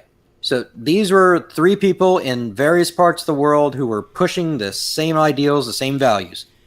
We need those icons back. We need people to fill those spots, because our current Pope is a communist, as far as I can tell, who believes in open borders and is a fucking moron, and believes nothing in Scripture.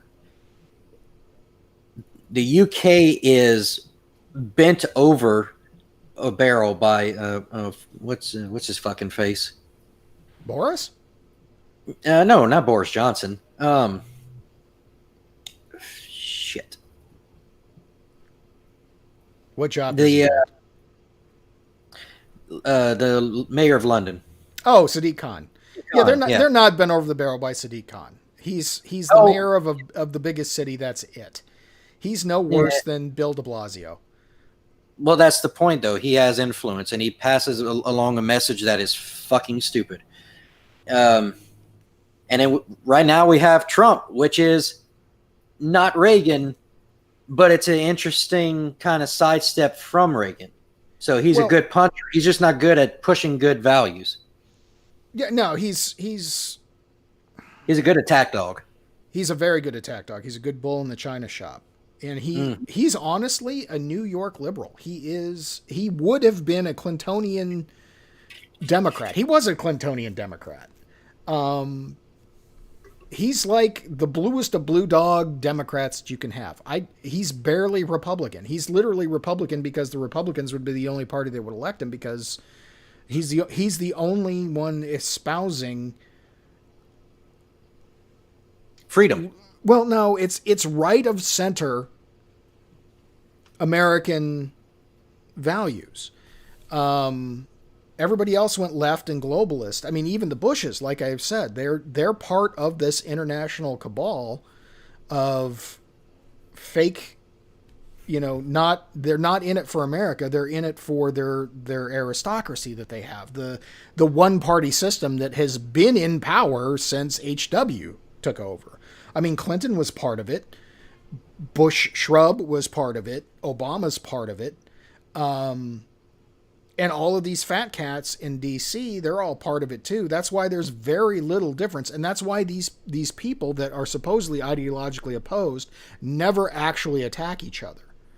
Like, there is no reason Lindsey Graham shouldn't be, foaming at the mouth about what a fucking terrible person Nancy Pelosi is, or Chuck Schumer. Hell, he should be foaming at the mouth at how bad Chuck Schumer is daily. I think Schumer gets bent over by Nancy Pelosi a lot, because he was one of the people who was willing to work with us with the what was it? Was it whenever the coronavirus first came out? They were going to do a proper rollout, but then Nancy came in and fucked that shit up and made him turn tail, or rolled it back hardcore. Well, and the Senate's a different animal than the House. The Senate, those people have been there a long fucking time. They are all cronies, and they are all about maintaining power. So in some ways, you could say the conservatives, the Senate is a conservative body, in that it conserves their own power base. Make no mistake, it's still very, narcissistic and self-centered and protecting their own power. But they don't want to move real far or real fast, because they don't want the destabilization to their own power. It's only upstarts like Kamala Harris and Cory Booker, and to some extent Jim Jordan. Well, Jim Jordan's in the House. I'm trying to think of a Republican version in the Senate, and I can't think of one off the top of my head right now. The closest we might have is Lindsey Graham, and that's not saying much.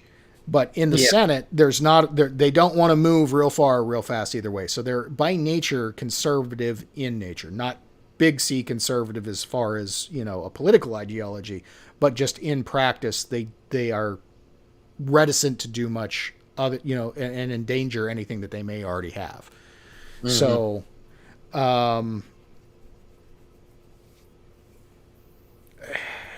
it's a different animal. Whereas Nancy Pelosi knows that she's got 2 years at best, 4 years at best, because God forbid she win again, or that the Democrats maintain their control of the House after this election.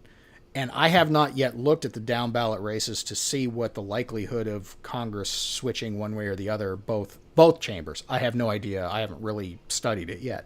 I figure I'll do that in September or October. Yeah, I was going to say, don't do it now. It's too early.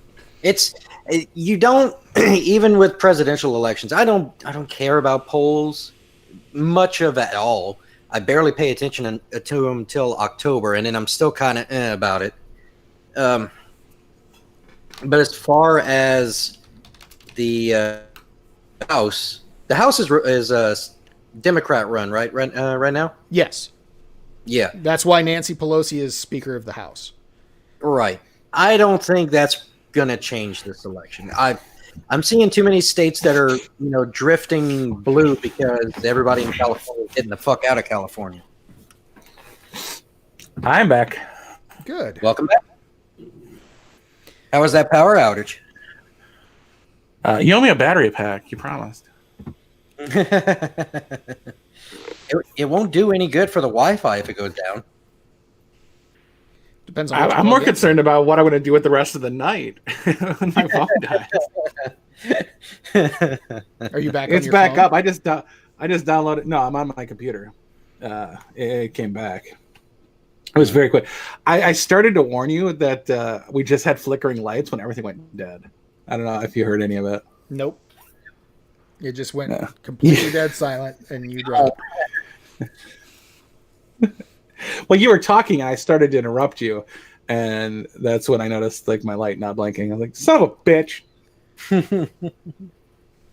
Yep. Yeah, I was able to listen to the last couple of minutes of what you guys were saying, and I can't think of anybody in the Senate as far anybody that's on conservative big C. Probably Cruz. It's the only one I can think of. He might be, but he's very staunch and reserved. He and Lindsey Graham might be the only two that have been vocal against the opposition. I mean, Mitch McConnell kind of, but not really. Steve Scalise in my home state, I think, has voiced his opinion a time or two. Yeah, but he's a representative. Wait, is he? Oh yeah, he might be. Yeah. Rep Scalise. Yep. I mean, back 2018, Marco Rubio. Who my senators are. Rand Paul for a little bit of time before he went super crazy. Yeah, he's been real quiet ever since he got beat up. Well, no, I mean, he got his ass kicked, and then for a couple solid months, he was a big C conservative, and then now he's quiet. Man, right before 2014. Say something at some point, didn't he? Well, he might be up for re-election too. That might be part of it. Yeah, I'd have to look that one up. Yeah, because a third of them are up. Yeah, Bill Cassidy and every 2 years. Tim Kennedy, or John Kennedy. I know I've seen him talk about not Tim Kennedy. No. I know that. Not that kind of Kennedy. No. Tim Kennedy is an MMA fighter who was his entire casting of in the film Range 15. He was naked and fighting zombies. Ew. Well, he's a special forces operator, and he's a crazy guy. He's an MMA fighter now. The only reason he was in the movie is because it was all vets. Well, it wasn't all vets. William Shatner was in it. And, your little buddy Samwise Gamgee was in it. That's what that was. I recognize him. We want to talk about disappointing. Crenshaw has been hurting me big time. But, again, representative. No, he's playing a long game, and he is conservative. He's just not on a lot of the things we want him to be. He's not as combative as we want him to be. Mm-hmm. We got maybe we'll get Marcus Luttrell in there. I don't trust his book, but I like the guy. Don't know who that is. Marcus Luttrell, Lone Survivor. Yes, don't know who that is. House Democrats articles. He's a special forces operator. He's the only living member of his battalion that got sent into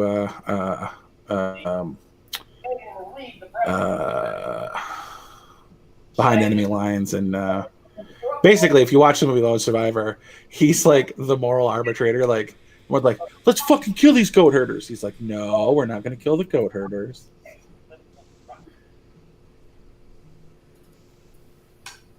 But they did. They killed a bunch of fucking goat herders. Yeah, that's just not my forte. I'm like, yeah, you got no one to say any different.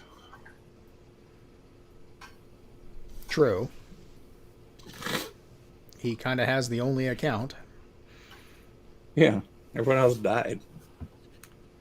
But I mean, I do the same thing. I didn't think I was making it out of there, so yeah, I fucking shot a couple goat herders who were alerting the Taliban, literally pointing at me and saying, "Kill me." Yeah, so fuck you. Pretty much.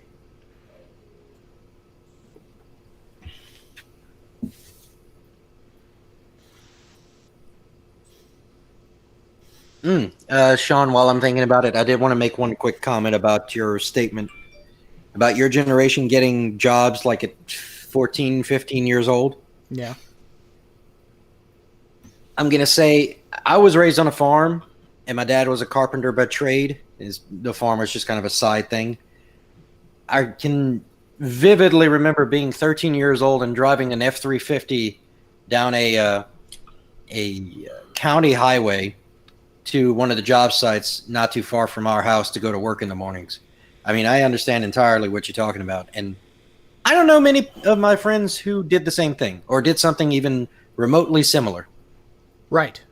My dad was the same age doing the same thing. Yeah. I mean, I certainly didn't have it difficult by any means, but I guess as my dad's experiences working the family farm, that he was managed to pass off his, self-reliance. I wouldn't even say work ethic because I don't have, I mean, I have a work ethic. It's just, I wouldn't consider it extraordinary by any means, but it's self-reliance is more than a work ethic. It's just that you've got to take care of what you got to take care of. Mm-hmm. It's not somebody else's responsibility to do it. Right. Well, then that brings up another thing too, is that my grandpa, who was the actual farmer in the family, I can specifically remember me and my cousin at age 8 or 9 being put on tractors and said, hook up this plow and drive to town to this field and get to plowing. We'll meet you in about, a couple hours. And we got there in about an hour, and we were plowing for an hour, and then they showed up at lunch. So that's another little story for people. That's how people need to be brought up. They need to be trusted to do something. Well, and that's a problem with the urban environment, is they are so detached from the human experience as far as what it is to be a human animal and have to achieve something early on. Even. Well, yeah, and it's one of those things that you have to do small things, a bunch of small things to make a bigger thing happen later. Nobody in an urban environment has that. Everything is at their fingertips. They just get what they want, and they get it quickly, and they don't have to do the small things to build to the bigger things to get the bigger rewards.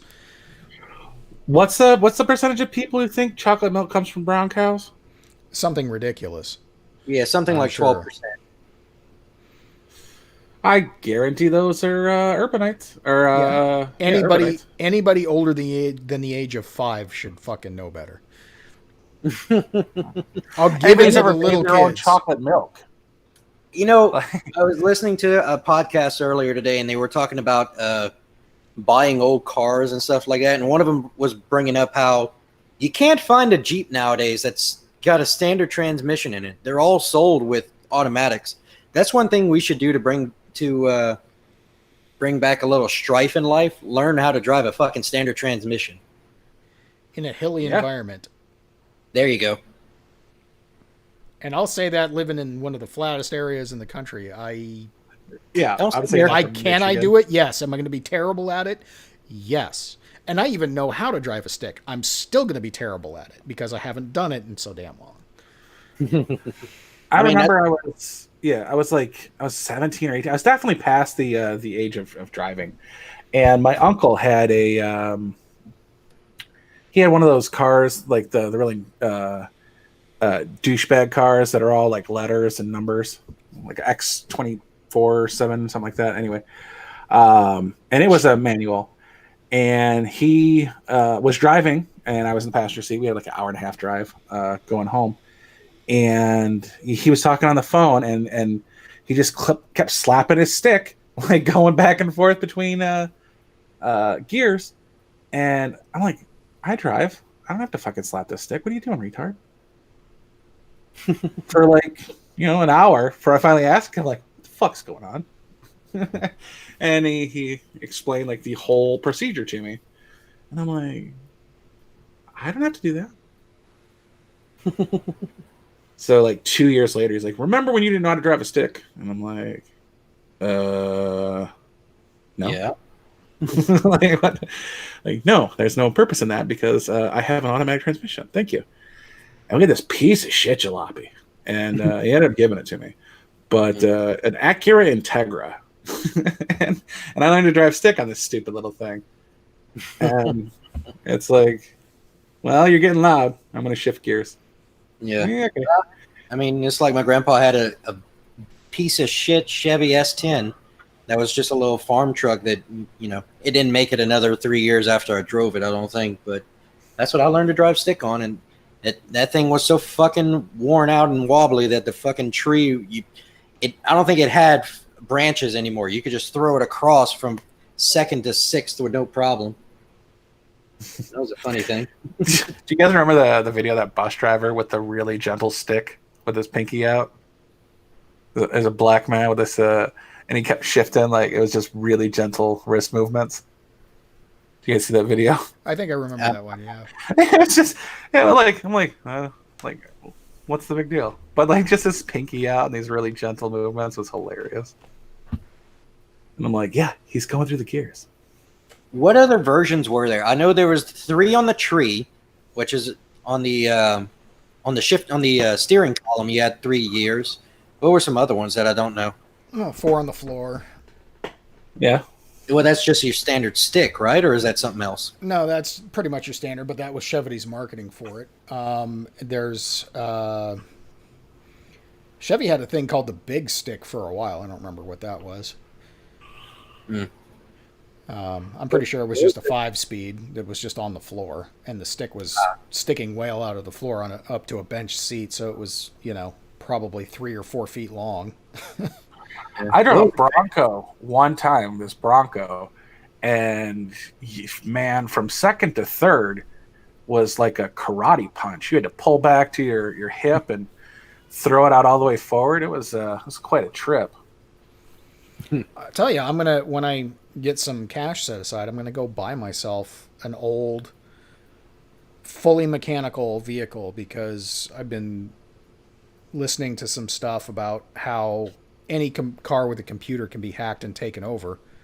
Oh, you've been watching Tim Cast IRL? Well, not only Tim, but like, quite frankly, and a couple others. And I haven't gotten into him yet. He's got an Art Bell thing going on. He's got some kooks, and I kind of dig it. I got to get into it. Yeah, he's pretty good. I like Frank. But yeah, they're just any car with a computer that can be remotely, hacked or controlled or whatever. I'm like, just give me something that's fully mechanical, and I'll be okay. They killed my wife's car when her insurance lapsed. Really? Interesting. Yeah. I wonder how it was like a far 2011. Yeah, I was going to say, I wonder Grand Cherokee, because I still have my '99 GMC Sierra in the backyard somewhere. Did she have payments on it, so she didn't fully own it, or did yeah, she have? Yeah. Oh, okay, that's why. Yep. We set up our bills kind of like, and this kills me about Tennessee. In Michigan, you get prorated for the year to your birthday.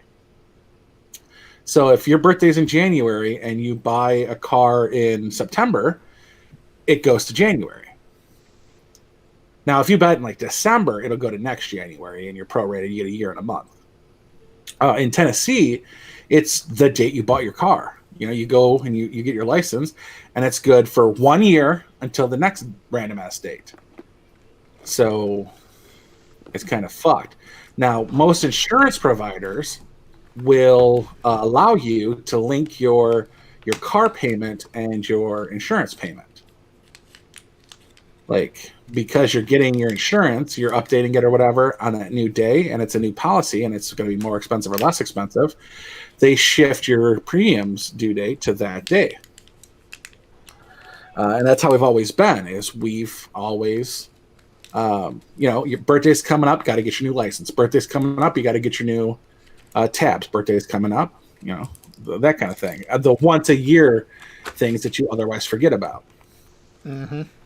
And, her insurance was due on like the 17th of some random fucking month, as opposed to being like on her birthday, which was on the 14th. So she forgot about it, and it lapsed once, which is a whole another big ordeal to get insurance again. It's a clusterfuck in its own right. So, her car wouldn't start one day. And she went to call the dealership to get it towed to fix. And they're like, oh, yeah, we got to stop on it because your insurance lapsed. And I'm like, I didn't know those two things were connected. I can see how they could be, but man, that's a shitty insurance company to not call you and tell you. Yeah. I get like 5 warnings before they cancel my insurance. And I've asked them, I'm like, listen, I've got like all these bills are due at the beginning of the month. Move my date, prorate me, 2 weeks, and move me to, my next pay period. And they're like, we can't do that, sir. Like it's not within our ability to do that unless you want to start over. And I'm like, look, you're the cheapest fucking around. like literally, you're $33 a month. Stop it. Just do what I want. God, that must be nice. Yeah. Well, it's PLPD. Yeah. Well, I've got USAA, and they are inexpensive for what they do, but I'm still paying through the teeth because of, stepchildren.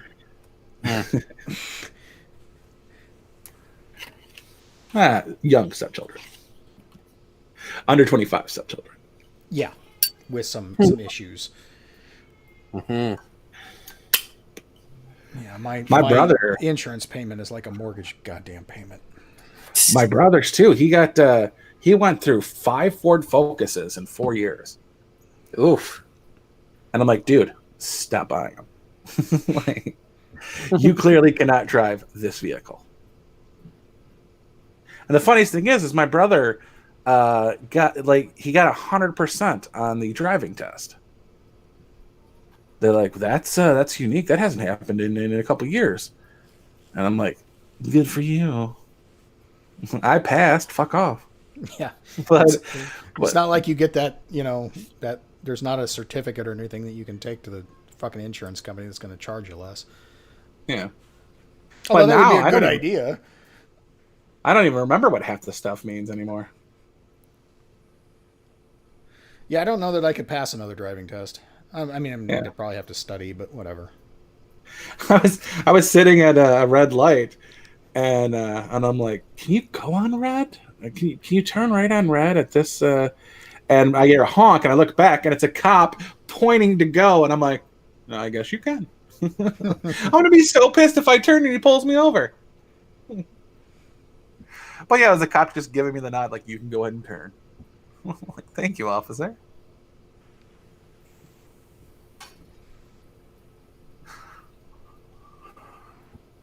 There's one. It's right by this intersection, and I'm pretty sure it's a double yellow. On the other side, though, is like a solid yellow and a separated yellow. Yeah. And I'm pretty sure I can't cross the double yellow, but I could cross the solid yellow and the dashes in yellow. Like, you can't cross solid lines, right?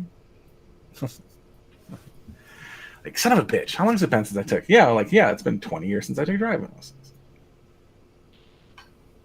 Yeah, I know how to pilot a car. Am I an ultra, stringent traffic law abiding citizen? Probably not. Well, I don't do a lot of stupid shit. Like, I don't even pass people. Like I pulled a left turn at a yellow arrow in front of a cop, I think just yesterday. And I was like, I know this is probably, he could pull me if he wanted to. He didn't. Because I wasn't doing anything that wasn't safe. It's just, I'm like, I know that was a violation. Oh, well. I got one. All right. So I was like 18, and there was this punk bar in Detroit that you could go to, and you didn't get served, but you could hang out and listen to the punk bands and stuff. And I was at a red light, and 150 yards in front of me is another light. And I'm at the red light, completely stopped, and the light turns green on the one in front of me, and I go through the red light to get to the other light, and I'm like, oh, that was a red light. And then the lights come on at the opposite, because the opposite, there was a cop on the other side of the road. I'm like, fuck me. And it's pouring rain. And I get ready, and I pull my key, and I turn the light on, and I throw it on the top, and I hear over the bullhorn, he demands I get out of my car and come back to him. I was like, son of a bitch. You write to the ticket? He ended up not, but that was just, I approached, and I had the stuff in my hands, both hands, and I was walking towards him, and he's like, how old you, boy? He's like, what you doing? And I was like, there's a band right here. And he's like, I know that place. You wet enough? And I'm like, yes, sir. He's like, get on out of here. Yeah, I've gotten out of a couple of tickets with a hand in the cookie jar sort of routine. Just fessing. Just be like, yeah, you got me. All right, well, don't do it again. All right. Oh yeah. I actually found I got pulled over once, and I was in a construction. Oh man, I could have gotten so many fucking tickets for it. But in Ohio, they take apart your gun and measure your barrel. And because my gun was it was a Beretta PX4 Storm when they first came out in subcompact, and it's kind of a bitch to take apart. But you don't have to pull the trigger, and I like that. Listen up, Glock. And he's like, "Oh, this is that's nice. Yeah, look at you need to drive safer." Because he didn't want to ask me how you take it apart, and so like it would have been like $1,000 in tickets because it was a construction zone. And he's like, "Yeah, you go ahead and take care." And I'm like, "Thank you, toxic masculinity."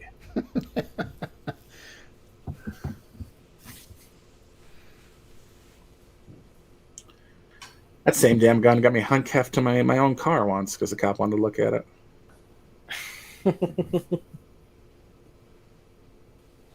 He's like, "The new one?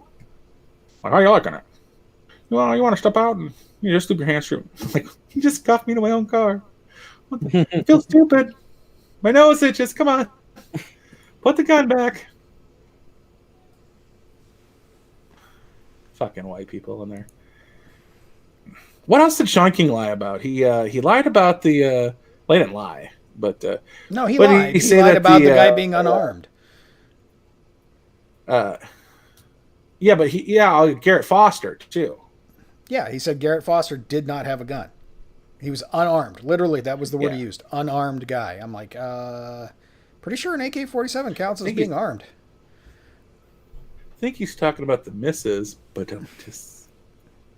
Ouch. Too soon. I think she was born that way, so that's like at least 18 years. I think we're safe.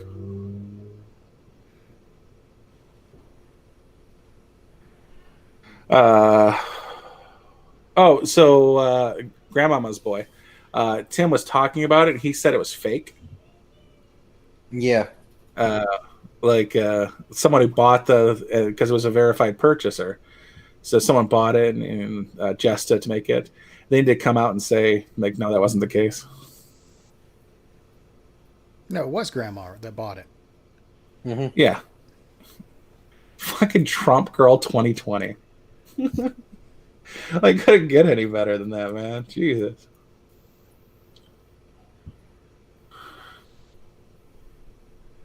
Did you read any of the release on the Epstein stuff?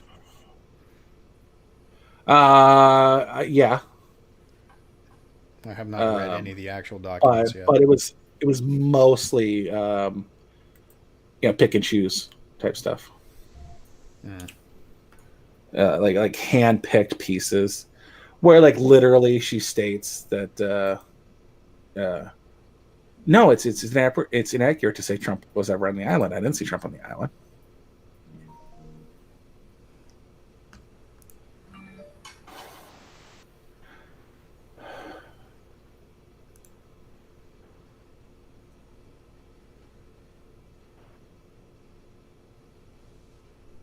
Oh, this is interesting.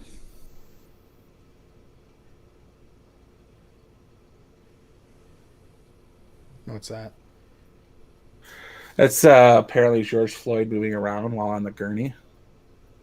Yeah. Sent at the gun club. Yeah.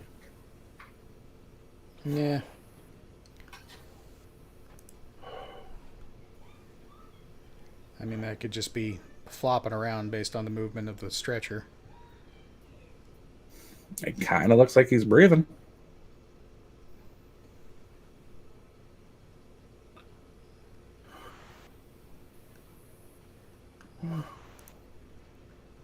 Doesn't really How white matter. supremacy.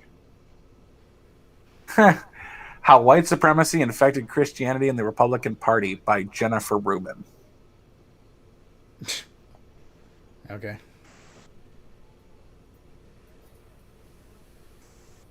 you guys see that video of that fucking ripped dude talking to that other giant motherfucking Black Mountain about being MAGA and Black Lives Matter? Just these two dudes swole as fuck, just having a conversation about Black Lives Matter and why he supports Trump. It's fucking ridiculous.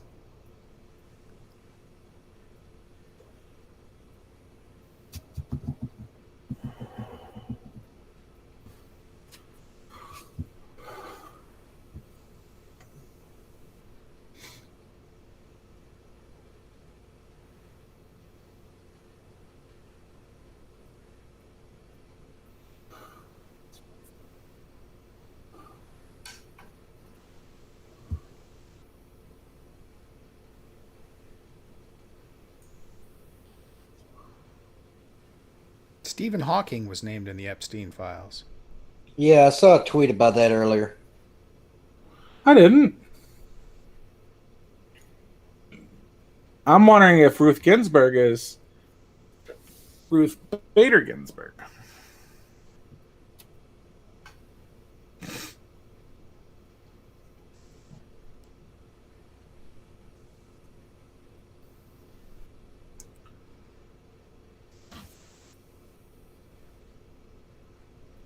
Did you hear about Black Lives Matter of Louisville, who was extorting the new Louisville area for fun and profit. 1.5% of their net sales? Yeah, for fun and profit.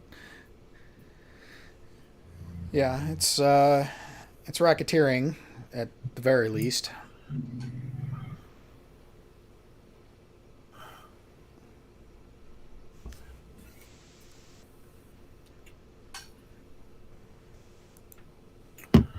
So Alex Jones's newest conspiracy theory that he talks about is adrenochrome. That's not which new. Okay. For Alex Jones, it's not new. I don't think so. I think I'm pretty sure he's mentioned it in the past. Well, it's my first time hearing of it. Okay. So he's going on about how you have to torture your victims before you feed on their blood. I'm like, yeah, Alex. God damn it. You keep saying stuff and it keeps coming out to be true. I'm not a happy camper. I mean, you say it in like the craziest ways possible. Don't get me wrong. But he's still freaking right. Like, there's a file on Wiener's laptop called insurance that may or may not verify that. That apparently 9 of the 12 people that have seen this file have committed suicide, supposedly. Yeah.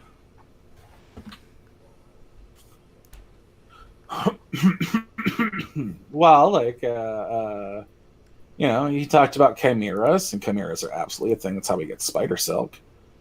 He talked about, the tranny agenda. We absolutely are seeing that. Hollywood pedophiles, the rich buying secluded islands and moving to them. We've seen that. I think that really bothers me is that they're discrediting this. The chick that you did the video on, not Crazy Jesus guy, but the chick he was yelling at. Yeah. About her believing in alien DNA. Right. That's literally bacteria has DNA. Viruses have DNA. Well, viruses don't have a full chain, but yeah. They have GC and ATs, but not so much double helixes. But they have the chains, and that is considered fucking alien DNA in your body. It's alien to your body. Right. Well, and that's the difference. Alien is a term that has multiple meanings, and like illegal aliens doesn't mean they're from outer space, non-human aliens. It means that they are alien in the area that they find themselves. That means being of foreign origin, and that when you use alien in medical terms, it means the same thing. So when they're touting alien foreign, yeah. Right. They're touting it, saying this lady's crazy. She believes in alien DNA. But does that mean she's believing it's like little green men DNA, or just foreign to the individual DNA? And there's no clarification even efforted. So who knows? Yeah. Like, don't tell me about she believes in sex with demons as causing cancer when you're calling white people demons themselves. So are you being hyperbolic? Was she being hyperbolic?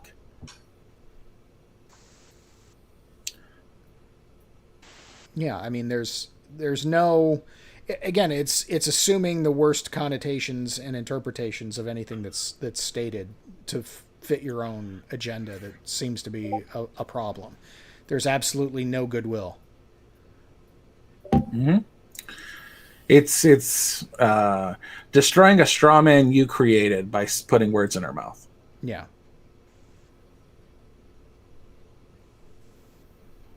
Oh, women against Trump is trending. How about some Epstein stuff? Can we get some Epstein stuff trending, maybe? Oh, we got George Floyd. Hashtag George Floyd is trending with 29K tweets.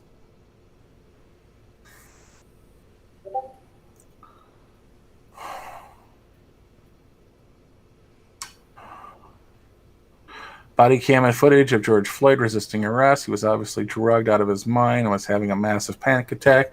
This video completely fucks up the narrative that he was compliant. Yeah, it does. I'm going to throw this in Gun Club just so Josh can show it to Kirsten.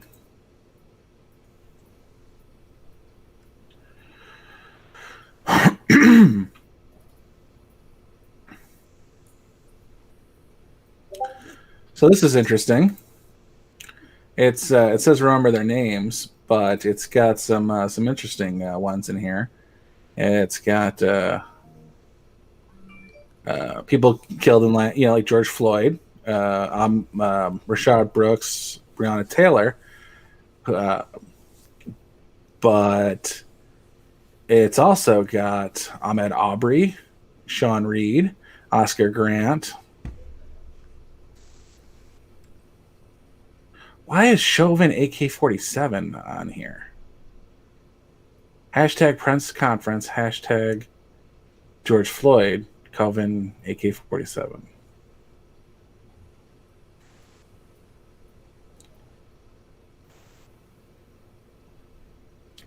Having a panic attack doesn't justify someone kneeling on your neck for 8 fucking minutes. Get the fuck out of here.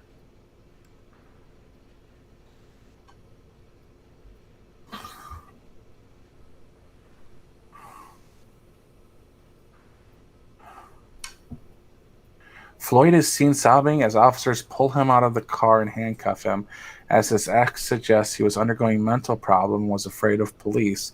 The tapes show in minute detail how Floyd begs, "Mr. Officer, please don't shoot me, please, man," before the struggle that ends with his death. Yeah, they didn't shoot him. That's right. But, I mean, ultimately, none of it matters anymore. The damage is already done. The narrative is already set in stone. Panic attack equals deserving of murder. Make it make sense. No one's saying he deserved to die.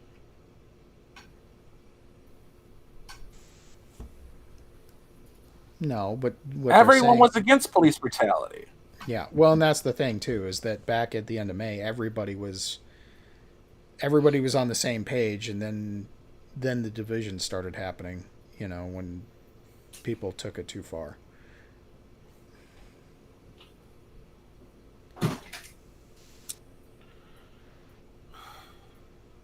So apparently there's 29,000 tweets. I got 14 of them, and that's it. Yeah, that makes sense. Thank you, Twitter. You're a peach.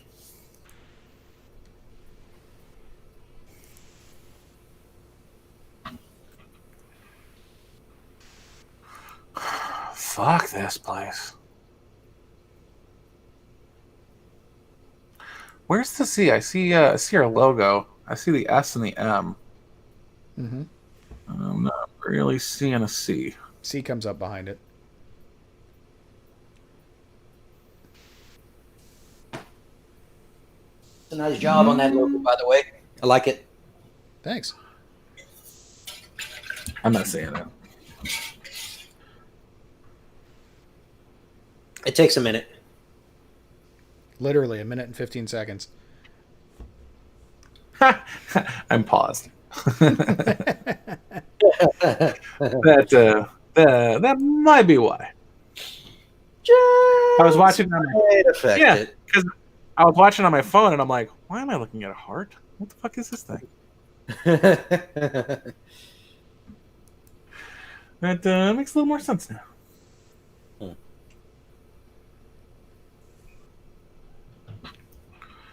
Yeah, Stephen, and the same doctor who couldn't tell you how Epstein died can tell you the minute George Floyd died.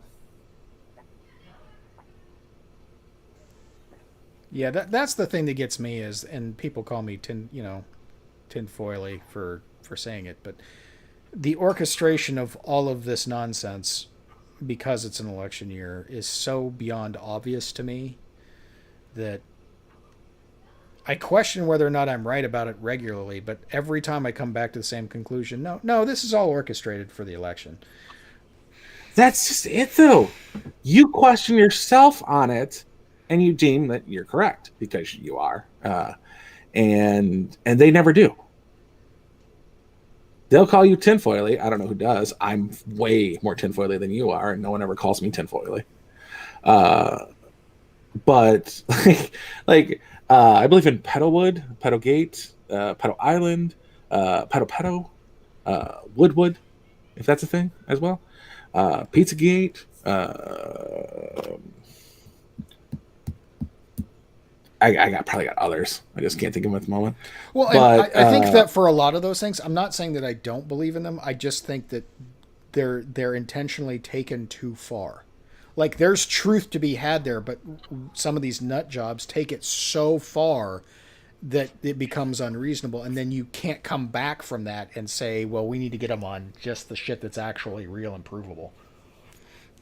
Yeah, like this Obama ordered hot dogs from Chicago and paid $65,000 to have them flown in at 1 o'clock in the morning.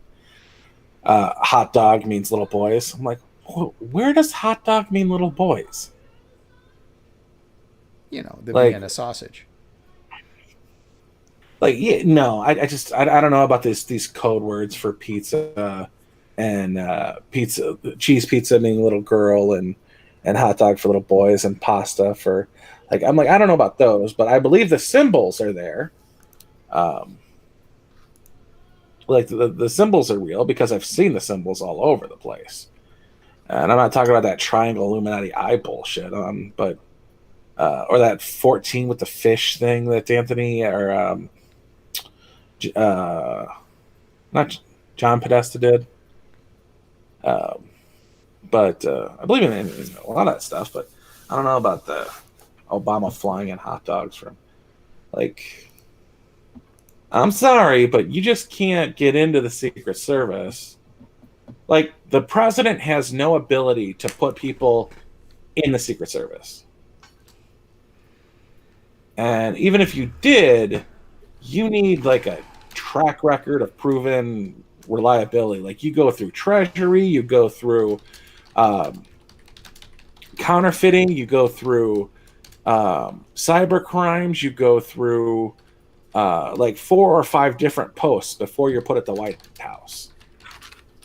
So I don't believe Secret Service is full of people that are like, oh, I see these 7-year-old boys are here now.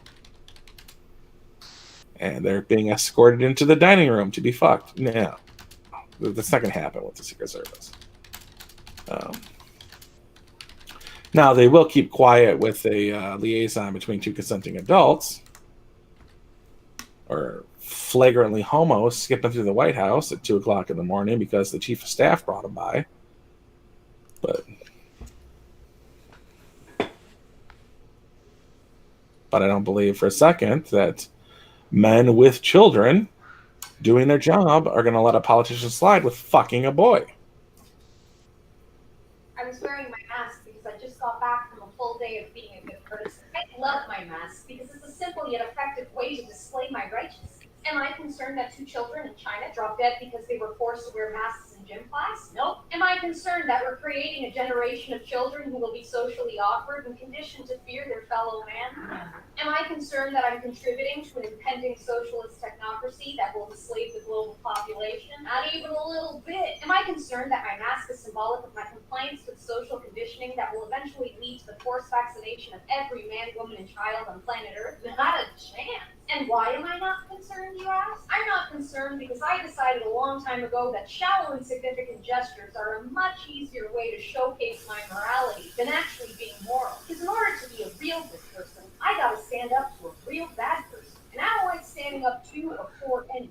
I decided that it's much easier to trick my own mind into thinking compliance is a virtue instead of what compliance actually is. Cowardice. I prefer to float through life completely ignorant to the fact that every socialist takeover has always begun in the exact same way, with government overreach, public shaming, censorship, and a toilet paper shortage. Don't believe me? Google toilet paper shortage in communist Russia. Did you think you were having a unique experience? I prefer to pretend history never repeats itself so that I can stand by and turn a blind eye every time history repeats itself. I prefer to call anyone who speaks up, fights back, or stands their ground a lunatic or a conspiracy theorist so that I don't feel obligated to do my own research. Research takes away from me time. And lastly, I prefer to put on my mask and stand among a sea of masks so that I never have to be seen, be free, or reveal the deep, dark shadows that lurk within me. Who is that? I'm gonna share with the gun club. She sounds cute. Moderately.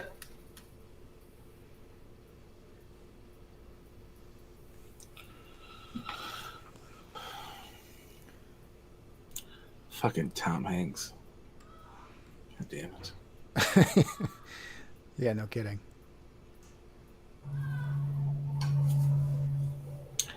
I'm glad this isn't 20 years ago when I liked Val Kilmer. Jesus.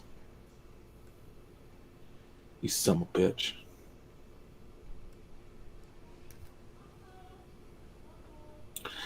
There was one. It was from. It was an Instagram my friend sent me about.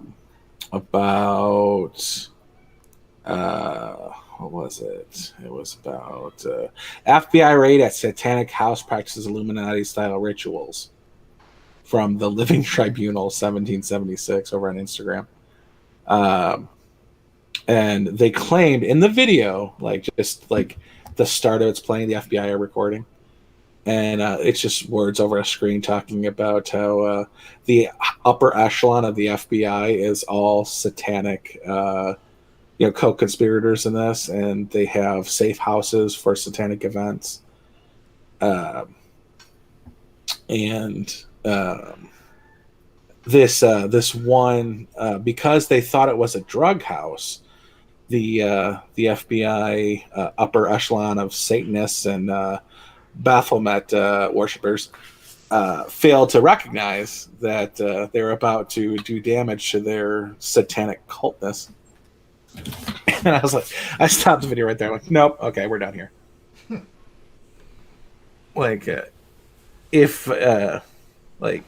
It's not the easiest procedure in the world to get a warrant, and part of the FBI, which does not do drug arrests, that's DEA, but the paperwork that gets done and the authorization that gets approved goes all the way to the top. If you want a warrant, it literally goes from station to section. So, like an SSA, a supervisory special agent, will still send the request to Washington to get approval before it goes back to him for a warrant. And if you have to have the warrant to get in the house in the first place. So I'm like, no, because even if it were true, and the top of the FBI is really satanic culties, they'll send it back and say it's not enough. because you will put people in the office because the FBI doesn't want to look bad. That's their huge deal for the FBI, is to not look bad. And they don't want to get rejected for warrant applications because you didn't have enough evidence for the judge to approve of it. So literally, your evidence gets overlooked by an SSA and somebody back in Washington that will revise to give you the thumbs up so you can take it to the federal judge, who you literally interrupt day or night to get a warrant signed. So, yeah, not going to happen. Stop it, you're wrong. This conspiracy theory, I don't necessarily believe. But the global homo technocracy demon transitioning pedowood, all about that.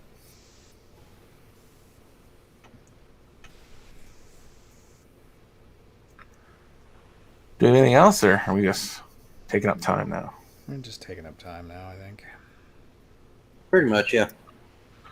Let's run through a quick hashtag explore and see if anything good's on, and we'll get out of here. No, of course nothing Epstein related. I cannot believe we're not still talking about the UPS driver assassin that shot a federal judge's son and husband. Well, it's because it's self-solved, according to the narrative. I can't believe it's still not being talked about. I can. Just this is the purview of omission by the news. They're just not going to cover it, and they've all colluded to not cover it, and nobody's going to talk about it because there's not really anything to say other than, okay, this happened, and we can't get any answers going further, so there's no reason to beat it.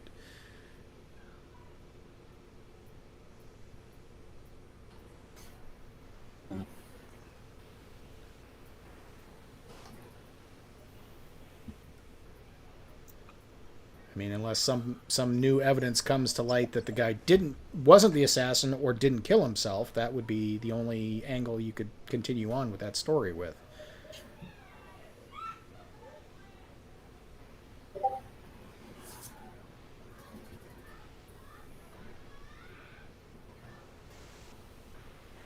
I don't spend my time pontificating about high concept things. I spend my time solving engineering and manufacturing problems. Eli Musk. See, now we should be talking about that. I mean, the return to the space program is a good thing. We should be doing more of that. When the when the shuttle landed, a recording came on and played "Thank You for Flying SpaceX." Yeah, Nice. I did hear that joke when I watched live. I was like, I love it. Good stuff.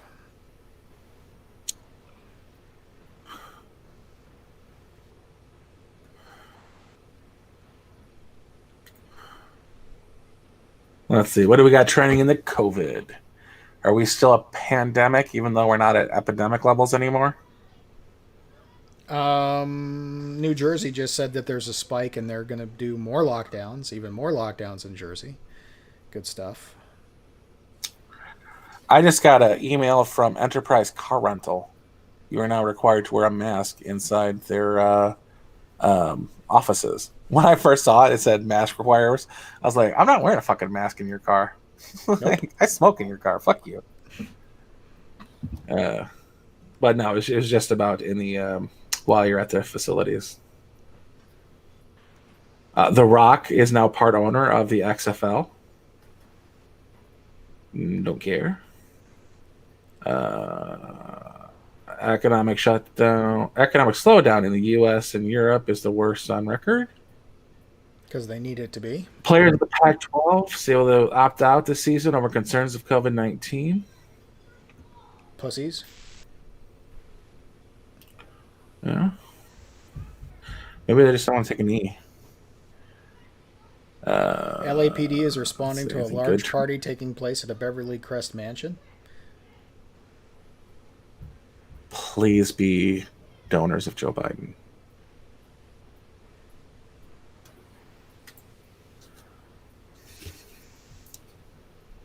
like a fundraiser.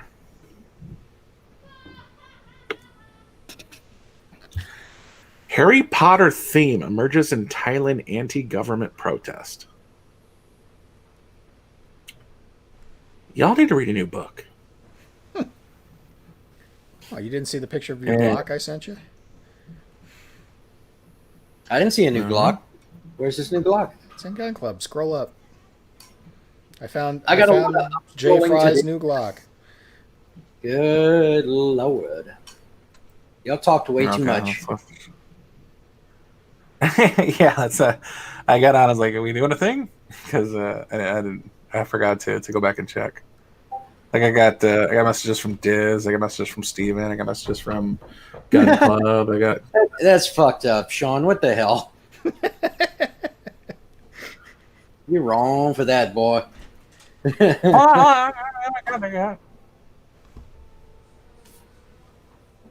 Jesus, there's a lot of nerd shit. I once built my own computer, and I have no idea what you guys are talking about now.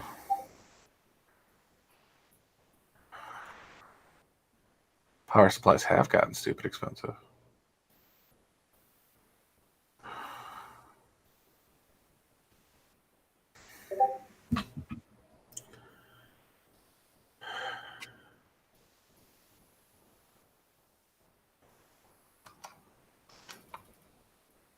I found Jay's Glock. Here we go. Want it? Want it? Fucked up part is I saw this. Wait, no, this is from this morning. How did I see this though? Might have seen it somewhere else. Alakablam!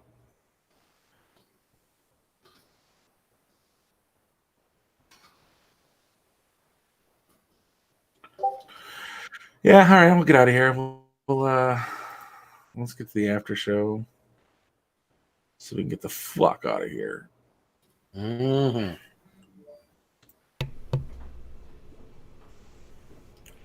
If we even have anybody watching before and after show. Steven's still here. I don't know who else is watching. There's only 4 of us watching. Well, I think 3 of us are us. Yeah, and Steven.